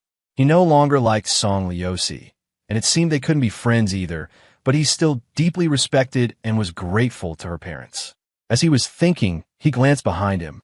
Song Liuxi was standing not far away, apparently also waiting for a rideshare. Ning Buqiao withdrew his gaze and saw that his car had arrived. After getting in the car, he thought for a moment and sent a message to Wei Bai. Ning Buqiao, Brother Bai, Song Lizi's parents are both very nice to me. How should I face them when I go back? Wei Bai, huh? Wei Bai, her parents are her parents. She is she. Just face them as you normally would. Ning Buqiao stared at the message and, after careful consideration, felt that he had been overthinking it. Wei Bai was right. Song Lizi was Song Lizi, and her parents were her parents. He should just act as he always had and let things be. Yunqing Airport was in a rather remote location. The ride-hailing car took nearly half an hour to get home. Ning Buqiao lived on the 5th floor of the staff apartment building. There was no elevator. He carried his suitcase up floor by floor with one hand. He knew that behind him, Song Lizi was also struggling to carry her suitcase. But he only caught a glimpse of her figure out of the corner of his eye when he turned a corner. Other than that, he never once looked back. In Song Lizi's memory, this was the first time she had ever carried such heavy luggage upstairs by herself. In the past, every time she came home for a break, Ning Buqiao would be waiting downstairs for her, carrying her luggage and her backpack. But now, she was right behind him, and he wouldn't help her at all. There had to be a limit to playing hard to get. If he kept this up, she was going to get truly angry. Ning Buqiao had already reached the 5th floor. As soon as he got there, he saw that the door to Song Lizi's apartment was open, and Dad Song was busy inside. Dad Song turned his head, saw Ning Buqiao, and immediately broke into a smile. Then his eyes scanned the area behind Ning Buqiao, surprised not to see his daughter. Chower, where's your sis Cici? Didn't you two come back together? Ning Buqiao tried to greet Dad Song as naturally as possible. Cici is right behind me. She'll be here in a second. After speaking, he took out his keys from his pocket and went into his own apartment. Behind Dad Song, Mom Song heard the commotion and came out. What is it? Just then, the couple saw their daughter, Song Lizi, struggling up the stairs alone with her suitcase, a sour look on her face. Dad and Mom Song exchanged a glance and pulled their daughter into the apartment. Cici, did you and Chawa have a fight? Dad Song asked. Song Lizi's expression soured even more. He's the one fighting with me. Seeing her like this, Mom Song knew who was in the right and who was in the wrong. What did you do now? How many times has Mom told you not to be so bossy with Chower? Why don't you ever listen? Dad Song interrupted his wife. All right, it's just a little fight. Cici, Chower's parents aren't home. Go ask him to come over for dinner. Your mom made his favorite mushroom chicken soup. Song Lizi was already annoyed, and hearing her parents constantly blame her made her even angrier. I'm not going. Song Lizi shouted. He was the one who ignored me first. Why should I be the one to back down? With that, She refused to even eat dinner, went back to her room, and slammed the door with a bang. Mom Song shot her husband an indignant look. "This is all your fault for spoiling her." Dad Song said, "If she doesn't want to eat, let her be. She'll eat when she gets hungry. I'll go get chow. The chicken soup is getting cold." As he spoke, Dad Song went out and knocked on the neighbor's door. He knocked a few times, but there was no answer. Dad Song took out his phone to call Ningbo Chow. "Chow, where did you go? Come back for dinner." Hearing the concern in Dad Song's voice, Ningbo Chow felt a warmth in his heart, then said earnestly, "I came out to eat rice noodles. I can't get rice noodles this authentic in Haicheng." Hearing this, Dad Song suddenly understood something. He sighed and said, "All right then, come over for a meal some other time." Ningbo Chow agreed and ended the call. Dad Song went home and told his wife about the call. From the looks of it, this isn't just a tiff. It looks like a real breakup. Mom Song was unconcerned. Those two grew up together. How could they just break up like that? Just wait. They'll definitely make up in a couple of days. But Dad Song didn't think so. You know what kind of kid Chower is, don't you? Dad Song was very downcast. If it weren't a real breakup, would he act so distant with us? And he made Cece carry her own suitcase up the stairs. Think about it. Has that ever happened before? Hearing this, Mom Song started to panic a little and immediately went to knock on Song Lizi's door. I need to ask her properly what she did to him this time. They had watched Ningbo Chow grow up. They knew him inside and out. His parents had a good relationship. Both had proper jobs, and he was completely devoted to their daughter. If they missed out on Ningbo Chow, where would they ever find such a suitable son-in-law? The thought that the two might have really broken up made Mom Song anxious, and she began to pound on Song Lizi's door. "Cece, open the door. Tell Mom, what on earth happened between you and Chow? Chow won't even come over for dinner. He went out to eat rice noodles." Song Liusi was so annoyed by her mother's knocking that she yelled, "I already told you. He ignored me first. He said he doesn't like me anymore. He's ignoring me. Are you happy now? Whatever he wants to eat is none of my business." Hearing her hysterical voice, Song's mother was furious. "Just keep talking nonsense. You must have done something again to make Chower angry." The mother and daughter from the Song family argued for a long time. The old house had poor soundproofing, and Ningbo Chow, who had returned home after eating his rice noodles, could even hear their quarreling. Ningbo Chow felt very sorry and a little sad for making his aunt angry. But he really didn't like Song Liusi anymore. Therefore, he would probably never get to drink the mushroom chicken soup his aunt made again. Shui Yunshin, wow, these rice noodles look really different. Half an hour earlier, he had sent a picture of the rice noodles to Shui Yunshin, and she had finally replied.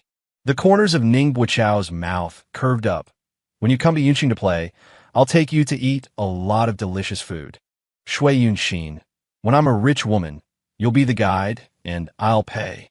Ningbo Chow, shouldn't you give me a guide fee then? Shui Yunshin, Chower, learn something good from me.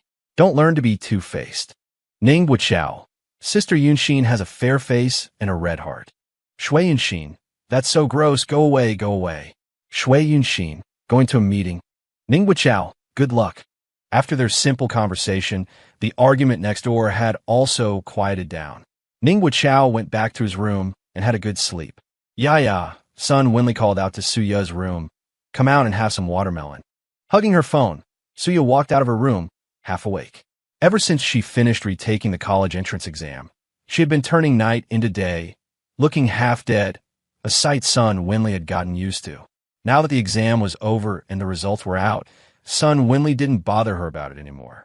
"Go to school tomorrow and have your teacher look at your college choices." Son Winley handed Suya a slice of watermelon. Seeing her absent-minded look, she emphasized again, "Did you hear me?" The school son Winley was referring to was the tutoring center where she worked. They also provided college application services for students. She had already spoken to a colleague in charge of this area, asking them to give Suya extra attention. Suya numbly replied with a Son Winley got angry just looking at her like this. "If you hadn't dated that Lu Chuan during your senior year of repeating, would you have only scored 562? With this score, you can't even get into high university. It is what is now. You have to be serious about choosing your college and try to get into a remote 211 university. Did you hear me?" Suya. As if she hadn't heard anything, Suya dazedly chewed on her watermelon. Even now, She couldn't accept the fact that Lu Chuan had broken up with her. Thinking about what Lu Chuan had said to her after the college entrance exam, her heart felt like it was being twisted by a knife. "Suya, you don't really think I like you, do you? I was just using you to get into college. Now that the college entrance exam is over, who has the patience to keep playing along with you? Also, don't think I don't know that while you were with me, you were also writing letters to Zhan Hongxian, who's in prison. I heard he was sentenced to 1 year and 3 months, so he doesn't have many months left. You can wait for him to get out." As Lu Chuan spoke those hurtful words, the people around him, who used to call her sister-in-law, let out piercing laughter. They all looked at her with that mocking gaze, as if she were some piece of trash. That scene deeply stung Suya's heart. The watermelon was sweet, but the tears that fell on it turned it salty. Drip, drop. Cry, cry, cry. All you know is how to cry. Sun Wenli got annoyed at the sight of Suya's tears. It's already like this. What's there to cry about? In Sun Wenli's opinion, it wasn't a bad thing for Suya to go to a university far from home. Luqing was too close to Haiqing, and it was inevitable that some gossip would spread. Suya's reputation in Luqing was already ruined. She had to go far away to find a better boyfriend. Listen to Mom. Choose your college carefully. There's still hope with this score. After you get into college, hurry up and find a rich boyfriend, at least richer than Wei Bo. Do you hear me? Wei Bo. It had been a long time since Suya had heard this name. Before, she always thought that if she got into high university, she could get back together with Wei Bo. She already knew she was wrong, and she had already been punished. She was deceived. She was deceived by Zhan Hongxian, believing in some nonsense about love being supreme. She was deceived by Lu Chuan, thinking she had found true love again. She was deceived, which was why she ignored Wei Bo's sincerity time and time again. If she apologized properly to Wei Bo and let him know that she knew she was wrong, Wei Bo, being such a kind person, wouldn't ignore her. The name Wei Bo, like an antidote, briefly brought Suya's heart back to life. In fact, she hadn't slept at all the previous night and had been watching videos of Chun Mao's debut. She saw Chun Mao standing on the stage, surrounded by cheers that were all for him. She saw Chun Mao on a video call with Wei Bai, calling him boss. Some long-abandoned thoughts began to sprout wildly. If an insignificant punk like Chun Mao could make it, why couldn't she? She was pretty, a good singer, and she could dance. If she could become a star. Suya's heart pounded at the thought of receiving the admiration and affection of countless people, just like Chun Mao. No, not just like Chun Mao, but even more famous than him. If she participated in a talent show, she would definitely win the championship. Yes, Wei Bai. Suya repeated his name. Wei Bai can save me. Even Sun Wenli no longer believed this when she said it. That family of Wei Bais has long recognized money over people. Sun Wenli's tone was full of contempt. Ever since they latched onto the richest man, do you think they still have people like us in their eyes? Hearing Sun Wenli say this, Suya's heart soured again. It had been over a year, and Wei Bai and Simp still hadn't broken up. They even appeared on a video call with Chun Mao together, their faces on the big screen. How had Wei Bai not yet discovered Simu's true face? That was a demon. A murderer. At the thought of Simu, Suya didn't even dare to dream of stardom any longer. What if Simu was still angry with her and wanted to kill her? No, she wouldn't. She wouldn't fight with Simu over Wei Bai anymore. She could be a star and make money for both of them. Yes, she had to be patient. One day, Wei Bai and Simu would break up. And then he would see her, Suya, who had always been standing behind him. Mom, having figured things out, Suya was very excited. I don't want to go to school in some remote place. I want to be in Haicheng. Only in Haicheng are there opportunities. Haicheng does have a lot of rich people. Sun Wenli thought for a moment and felt it made sense. And it's not like anything really happened between you and Lu Chuan. That little incident is nothing at all. All right, tomorrow Mom will go with you to the academy to consult about your applications. We'll have a good talk with the teachers then. Seeing Sun Wenli agree, Suya finally smiled. She was on Haicheng. She was going to be a star. Now, there was only one thing left to do, and that was to find Wei Bai and prove her potential to him. For the first few days of summer vacation, Wei Bai had been living a very comfortable life. He had lunch at home with classmate Xie, and in the evening, He either went to his aunt's place or went out to eat with classmate Sia. They explored small eateries, wandered through night markets, and were very happy every day. On this day, after dropping classmate Sia home, Wei Bai hailed a cab to go home. Before he even reached his doorstep, he saw a slender figure standing downstairs. Wei Bai didn't pay much attention and was about to swipe his card to enter the building. Suddenly, the slender figure spoke. Bye-bye. The voice sounded a bit familiar, but he couldn't recall who it was. Wei Bai turned his head to look. In the twilight of the streetlights, he recognized the person. It was actually Suya. Was Suya specifically waiting for him downstairs at his home? What for? It couldn't be that her repeat exam scores were out and she came to share the good news with him, could it? The thought alone was quite horrifying. Bye-bye. Seeing him turn around, Suya was afraid he would ignore her and walk away like before. I know I did a lot of wrong things in the past and hurt you. I know I was wrong. I came this time to tell you that I believe in you and am willing to sign with you, to debut as a star and make money for you. Wei Bai was a little surprised. He turned completely and looked at Suya seriously. Over a year had passed, and in truth, some of his memories and anger towards Suya had long since faded. He also knew that Suya could perhaps really become famous and bring a lot of income for Mu Chao culture. However, he didn't want to sign Suya. Yeah, he wouldn't even earn money that was right there for the taking. Yes, he wouldn't earn it even if it was there. I think you've misunderstood something, Wei Bai said. I stopped caring about you a long time ago, and I certainly don't need your apology. Furthermore, neither I nor my company have any intention of signing you. After saying those two sentences, Wei Bai pulled open the building door and was about to go inside. Suya hurriedly blocked the door with her body. Bye-bye, listen to me.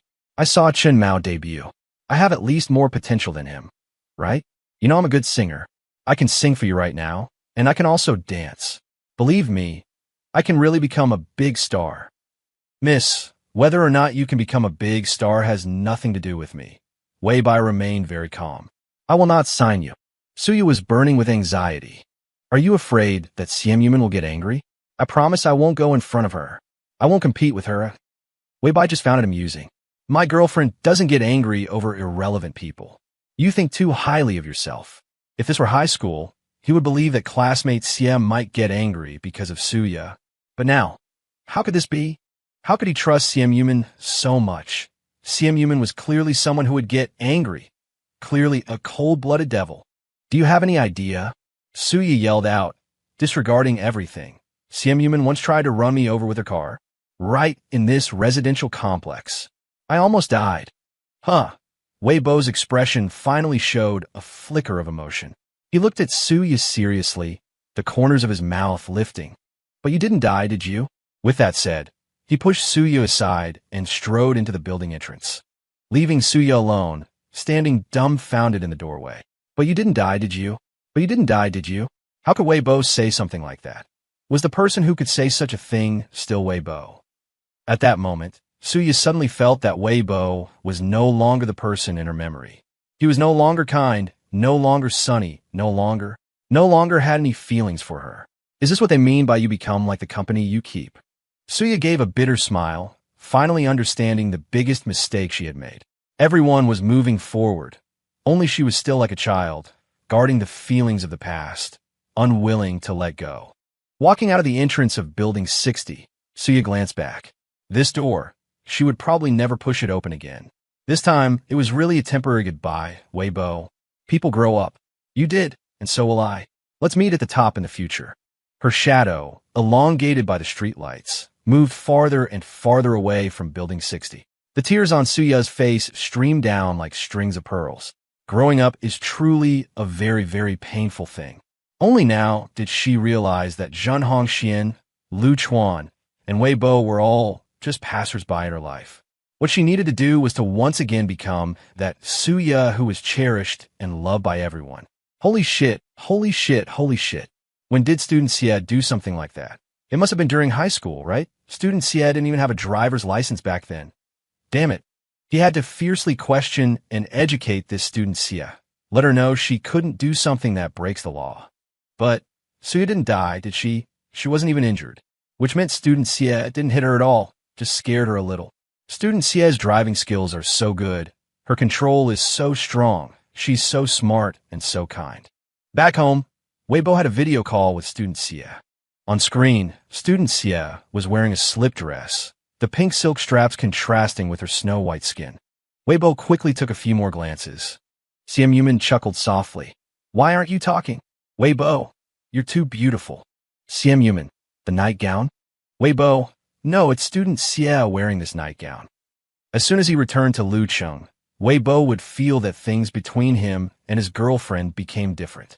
It was like being back in high school, full of nostalgia, yet with a different kind of freshness. The two chatted for a while, and Weibo mentioned being cornered by Suya earlier. As Weibo expected, Xiam Yumin had long since stopped caring about Suya, but Xiam Yumin cared about Weibo. Her small dimples vanished, and her voice turned a little cold. How dare she still come and bother you? Weibo was alarmed. Had he accidentally triggered student Xie's villain mode? Oh no. Although a cold-faced student Xie was thrilling as hell, running people over with a car was a bit much. I don't think she'll come again, Weibo said after a thought. But she might sign with another company.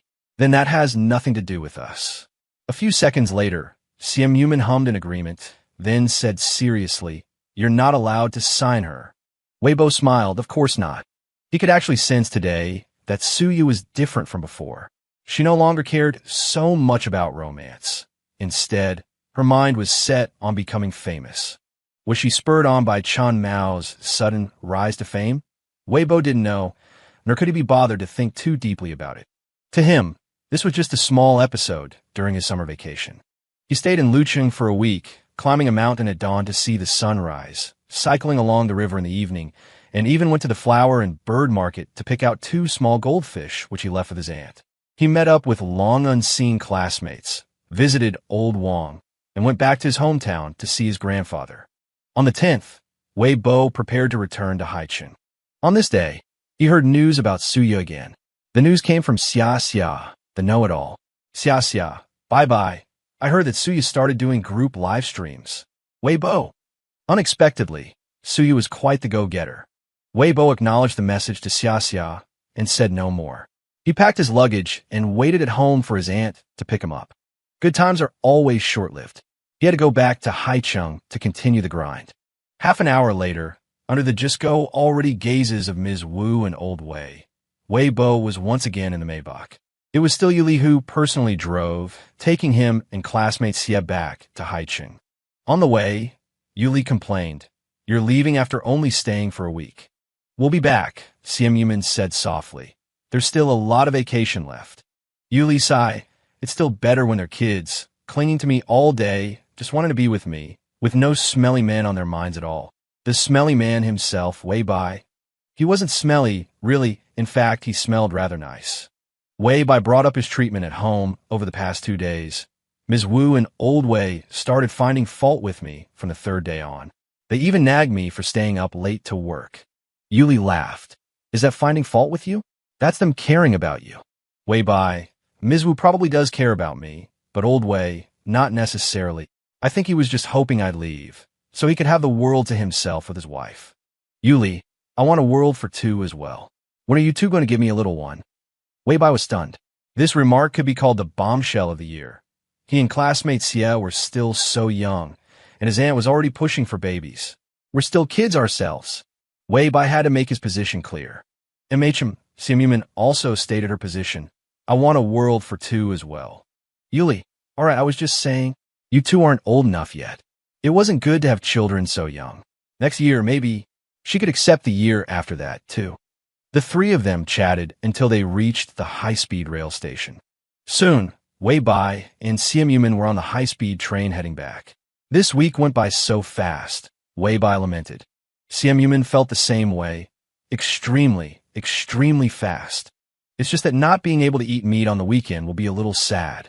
The sole heir to the richest man in Lucheng can't even get meat to eat? No, that sentence doesn't seem quite right. Sigma, hey, that's not what she meant, is it? Sometimes he really hated how strong his comprehension skills were. Classmate Xie, Weibai said in a low voice, You'll have some to eat when we get home. Xiam Yumin nodded with a serious face, indicating her satisfaction with this answer. After a week away, the 2 were back in Haicheng. After a simple lunch downstairs, Wei Bai set off for Lingxi. The reason he was in such a hurry to return to Haicheng was that Yu Heguang was back. Returning with Yu Heguang was Yao Hongba, the chief secretary to Han Yujun of Huaxing. He was the main person in charge from Huaxing's side for this collaboration. At 3 in the afternoon, Lingxi and Huaxing had arranged a very important meeting. Wei Bai had come back specifically for this meeting. Xian Yuman left with him, but didn't go to Lingxi, heading to a dance studio instead. She had booked a private popping lesson at a dance studio to try it out. Hello, are you Miss Xie? Oh my, you are so beautiful. Yes. This way. Please, the instructor is already waiting for you. This dance studio was one of the most famous in Haicheng, and the instructors had all won medals in international competitions. Xian Yuman was very particular about instructors and the environment. Walking through, she was quite satisfied with the environment. If the instructor was to her liking, she would practice at this studio for the rest of the vacation. They walked to the door of a private studio. Xian Yuman went in.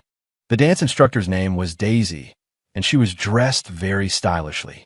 When she saw Xian Yuman, her eyes showed obvious astonishment. After noticing Xian Yuman's bracelet and handbag, she was even more surprised. That handbag was not something you could get just by having money.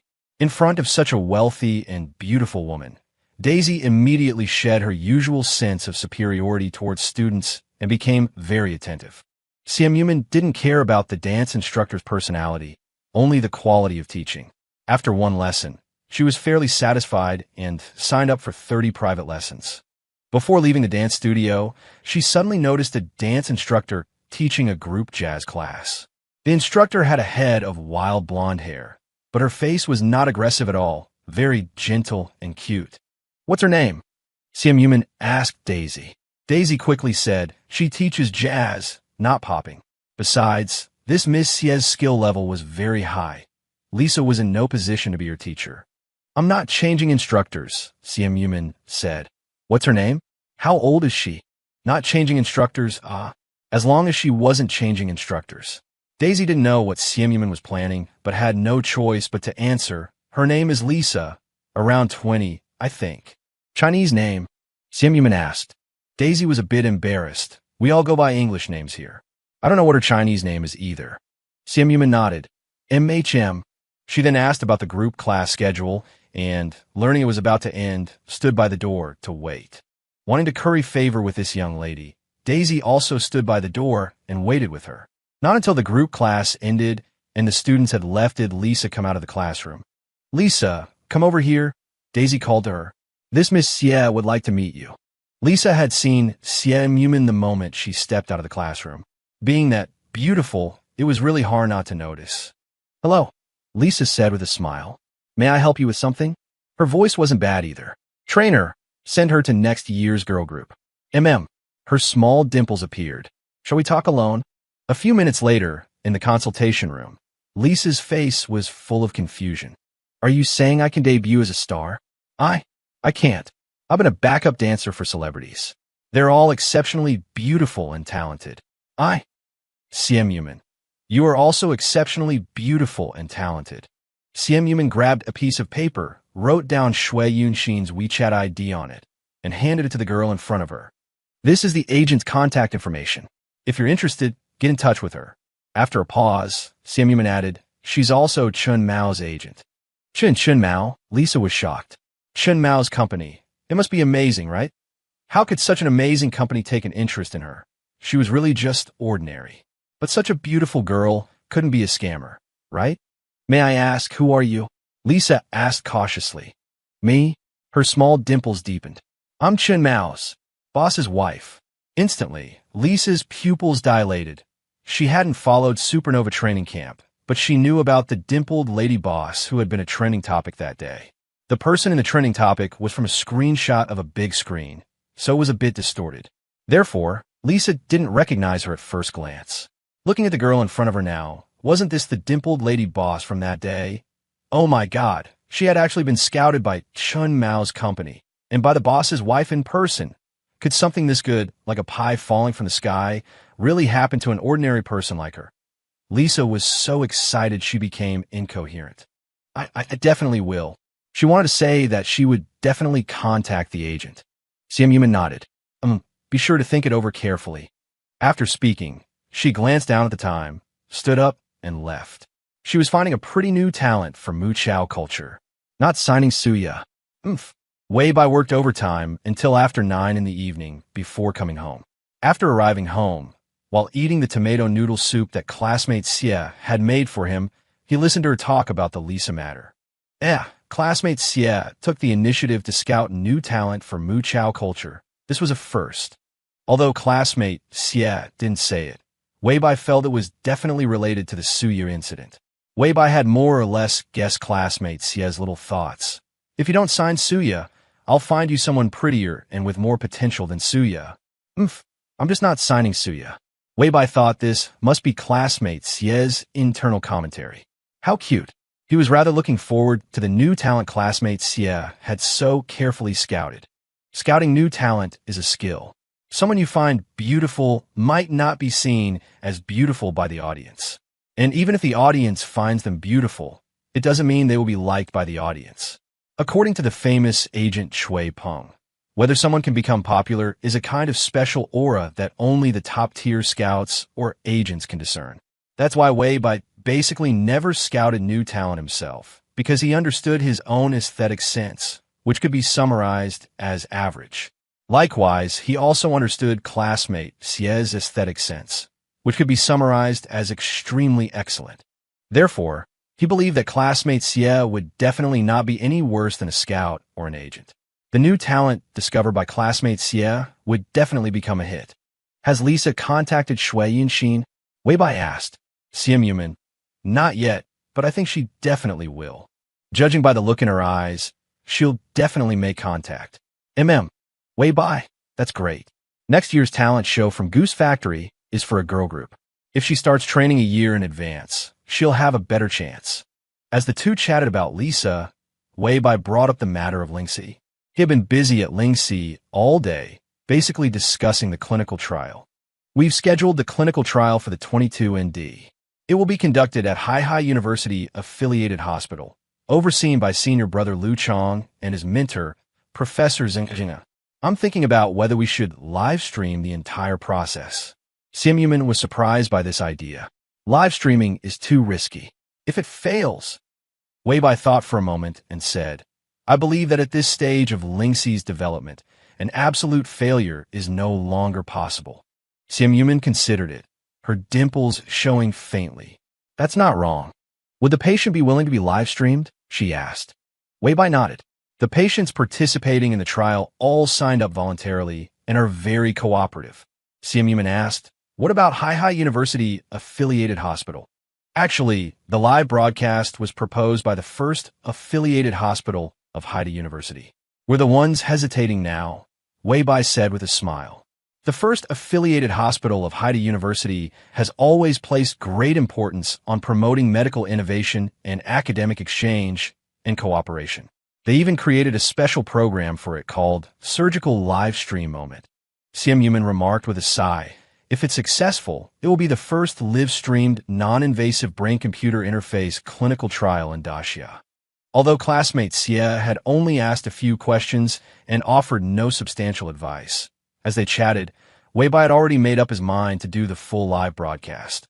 Because in the process of talking with classmate Xie, he had sorted out his thoughts. The stars have aligned, he said. The stars have aligned. Sim Yuman blinked. Is there something I don't know? Wei Bai smiled. Brother Jiang told me the paper will be published on the 20th. This was a paper on the new biomaterial used by Lingxi, the source of the printed brain-computer interface technology. It was the culmination of several years of Jiang Xiang's painstaking research. Now, this paper was finally going to be published, and in one of the world's top-tier T-class journals at that.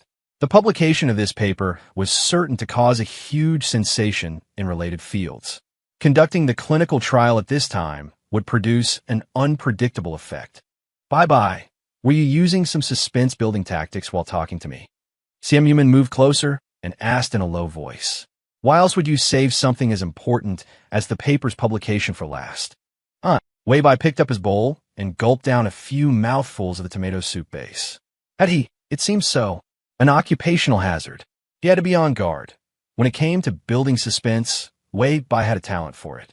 He did indeed care a great deal about building suspense, which was to say, marketing and promotion. He believed that for a technology or a company to develop, it had to step into the public eye. This was a characteristic of the era and an opportunity it provided. Classmates, yeah, I think the live broadcast is feasible, Wei Bai said. But the initial promotion for it must be done well. Xianyumen blinked. And what mischievous idea do you have now, classmate? Wei Bai, huh? How could it be a mischievous idea? It's clearly a brilliant one. After finishing a bowl of tomato soup noodles, Wei Bai felt completely refreshed. He didn't rest, but instead took his laptop and went into the study. It was almost 10 o'clock, but he had a new idea and needed to set up an online meeting with Jiang Xiang. A little over 10 minutes later, he ended the online meeting with Jiang Xiang and then pulled Shui Peng into a temporary one. This chat was much longer, and it wasn't until 11:30 that Wei Bai emerged from the study. Xianyumen had just finished her shower. Wrapped in a bath towel, she came out of the bathroom to see what looked like a very happy little turtle. You look like you're about to do something mischievous. Her small pear-shaped dimples showed as she smiled faintly. Wei Bai, how can marketing be considered mischievous? However, if you're willing, classmates, yeah, I could be doing something else mischievous right now.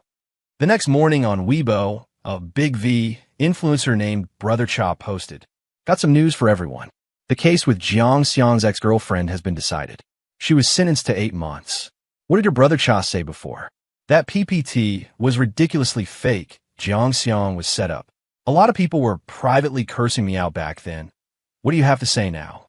The moment this post was published, it sparked a huge amount of discussion. In less than a morning, it had already garnered over 5,000 comments.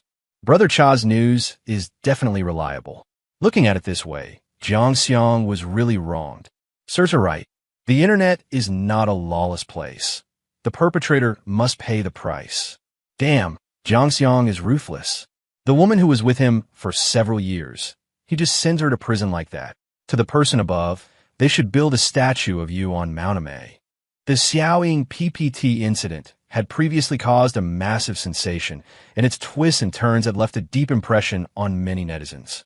Now, upon learning that Xiaoying had actually been sentenced, the enthusiasm of the melon-eating masses soared, and they hailed it as a great victory for justice. Many marketing and news accounts reposted Brother Cha's Weibo post.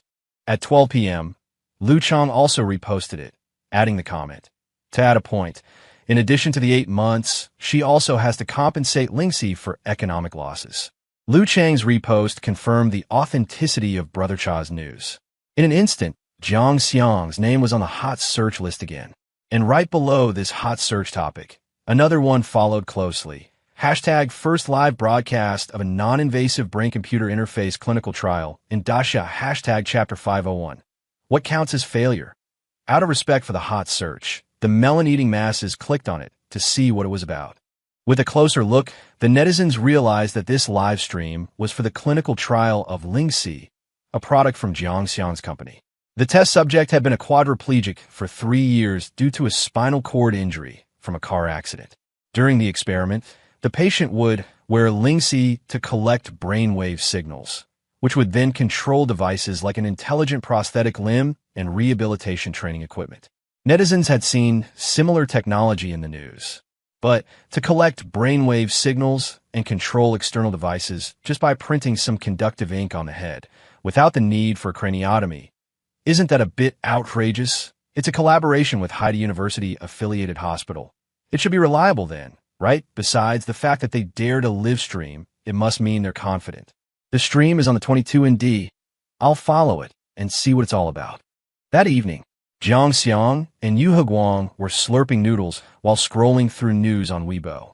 In just a day, the news that the Lingxi clinical trial would be live-streamed in its entirety had spread across the internet.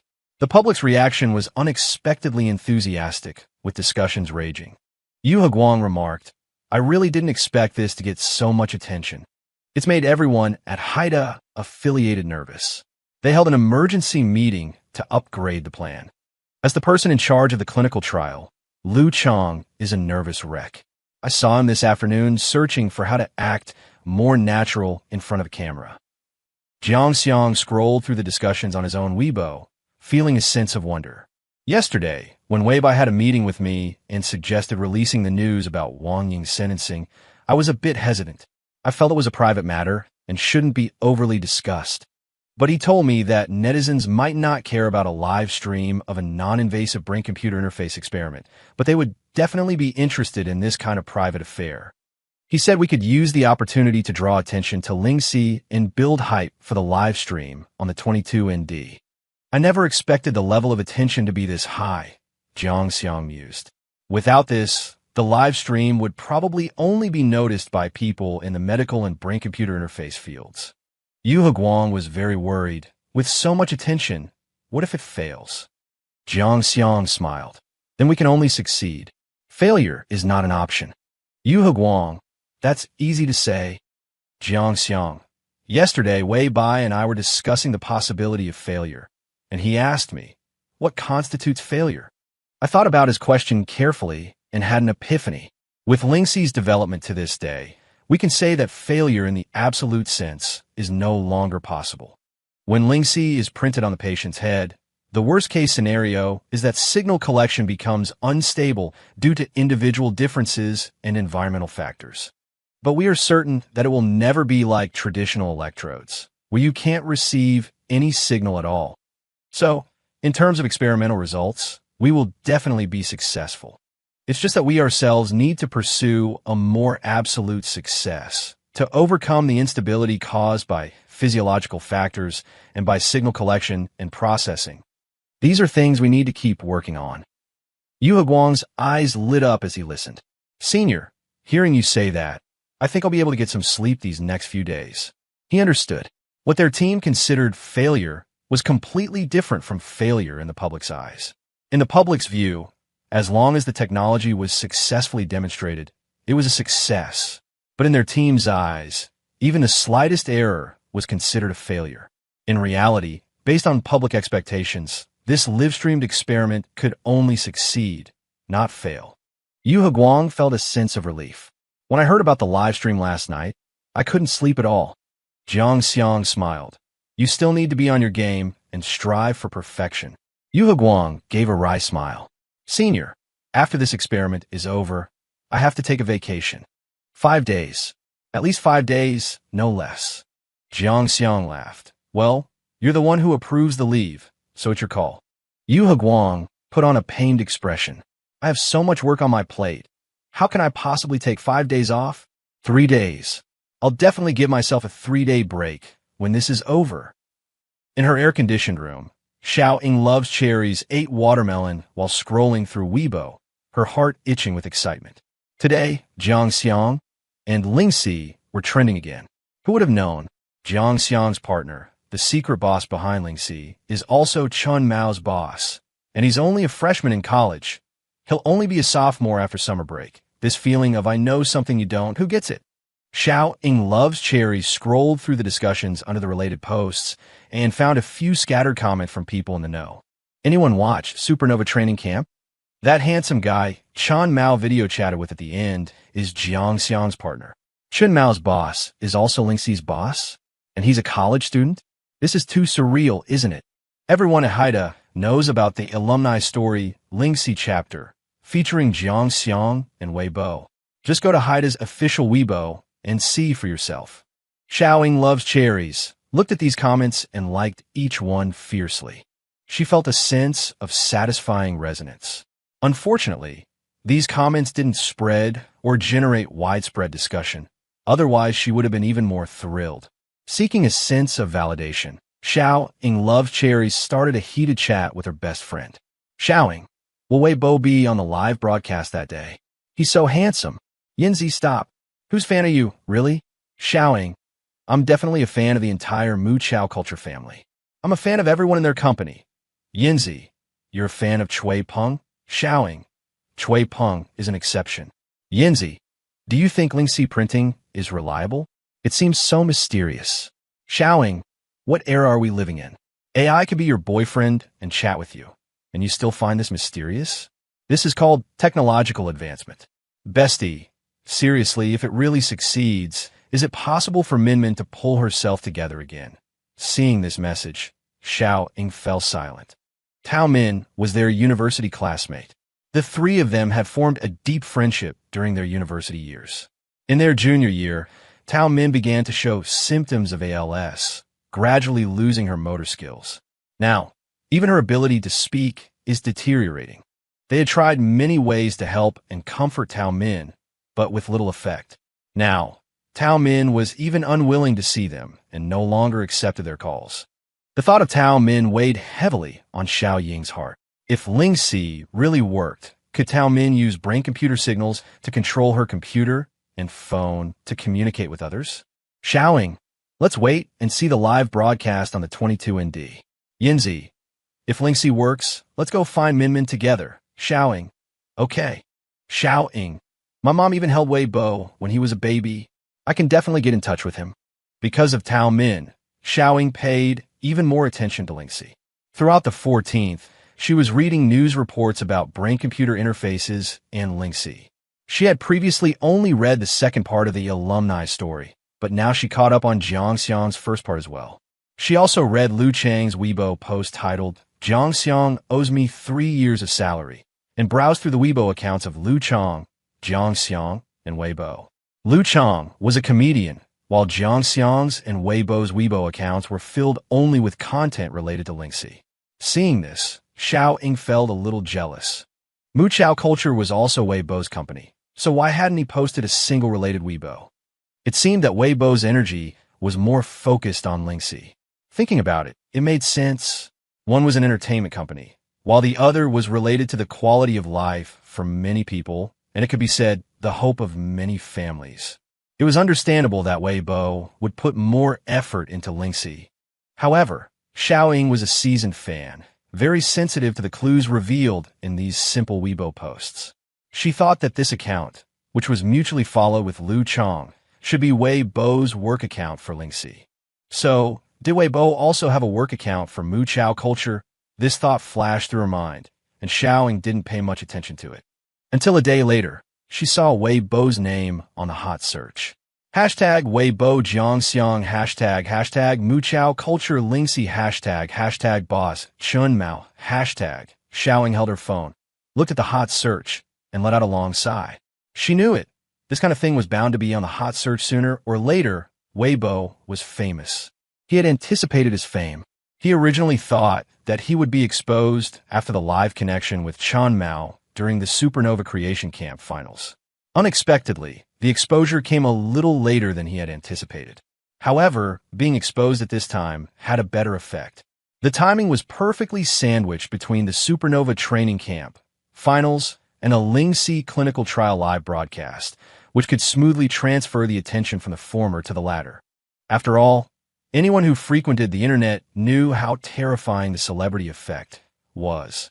Netizens might not care about brain-computer interfaces or new material applications, but when it was connected to Chun Mao, the effect was completely different.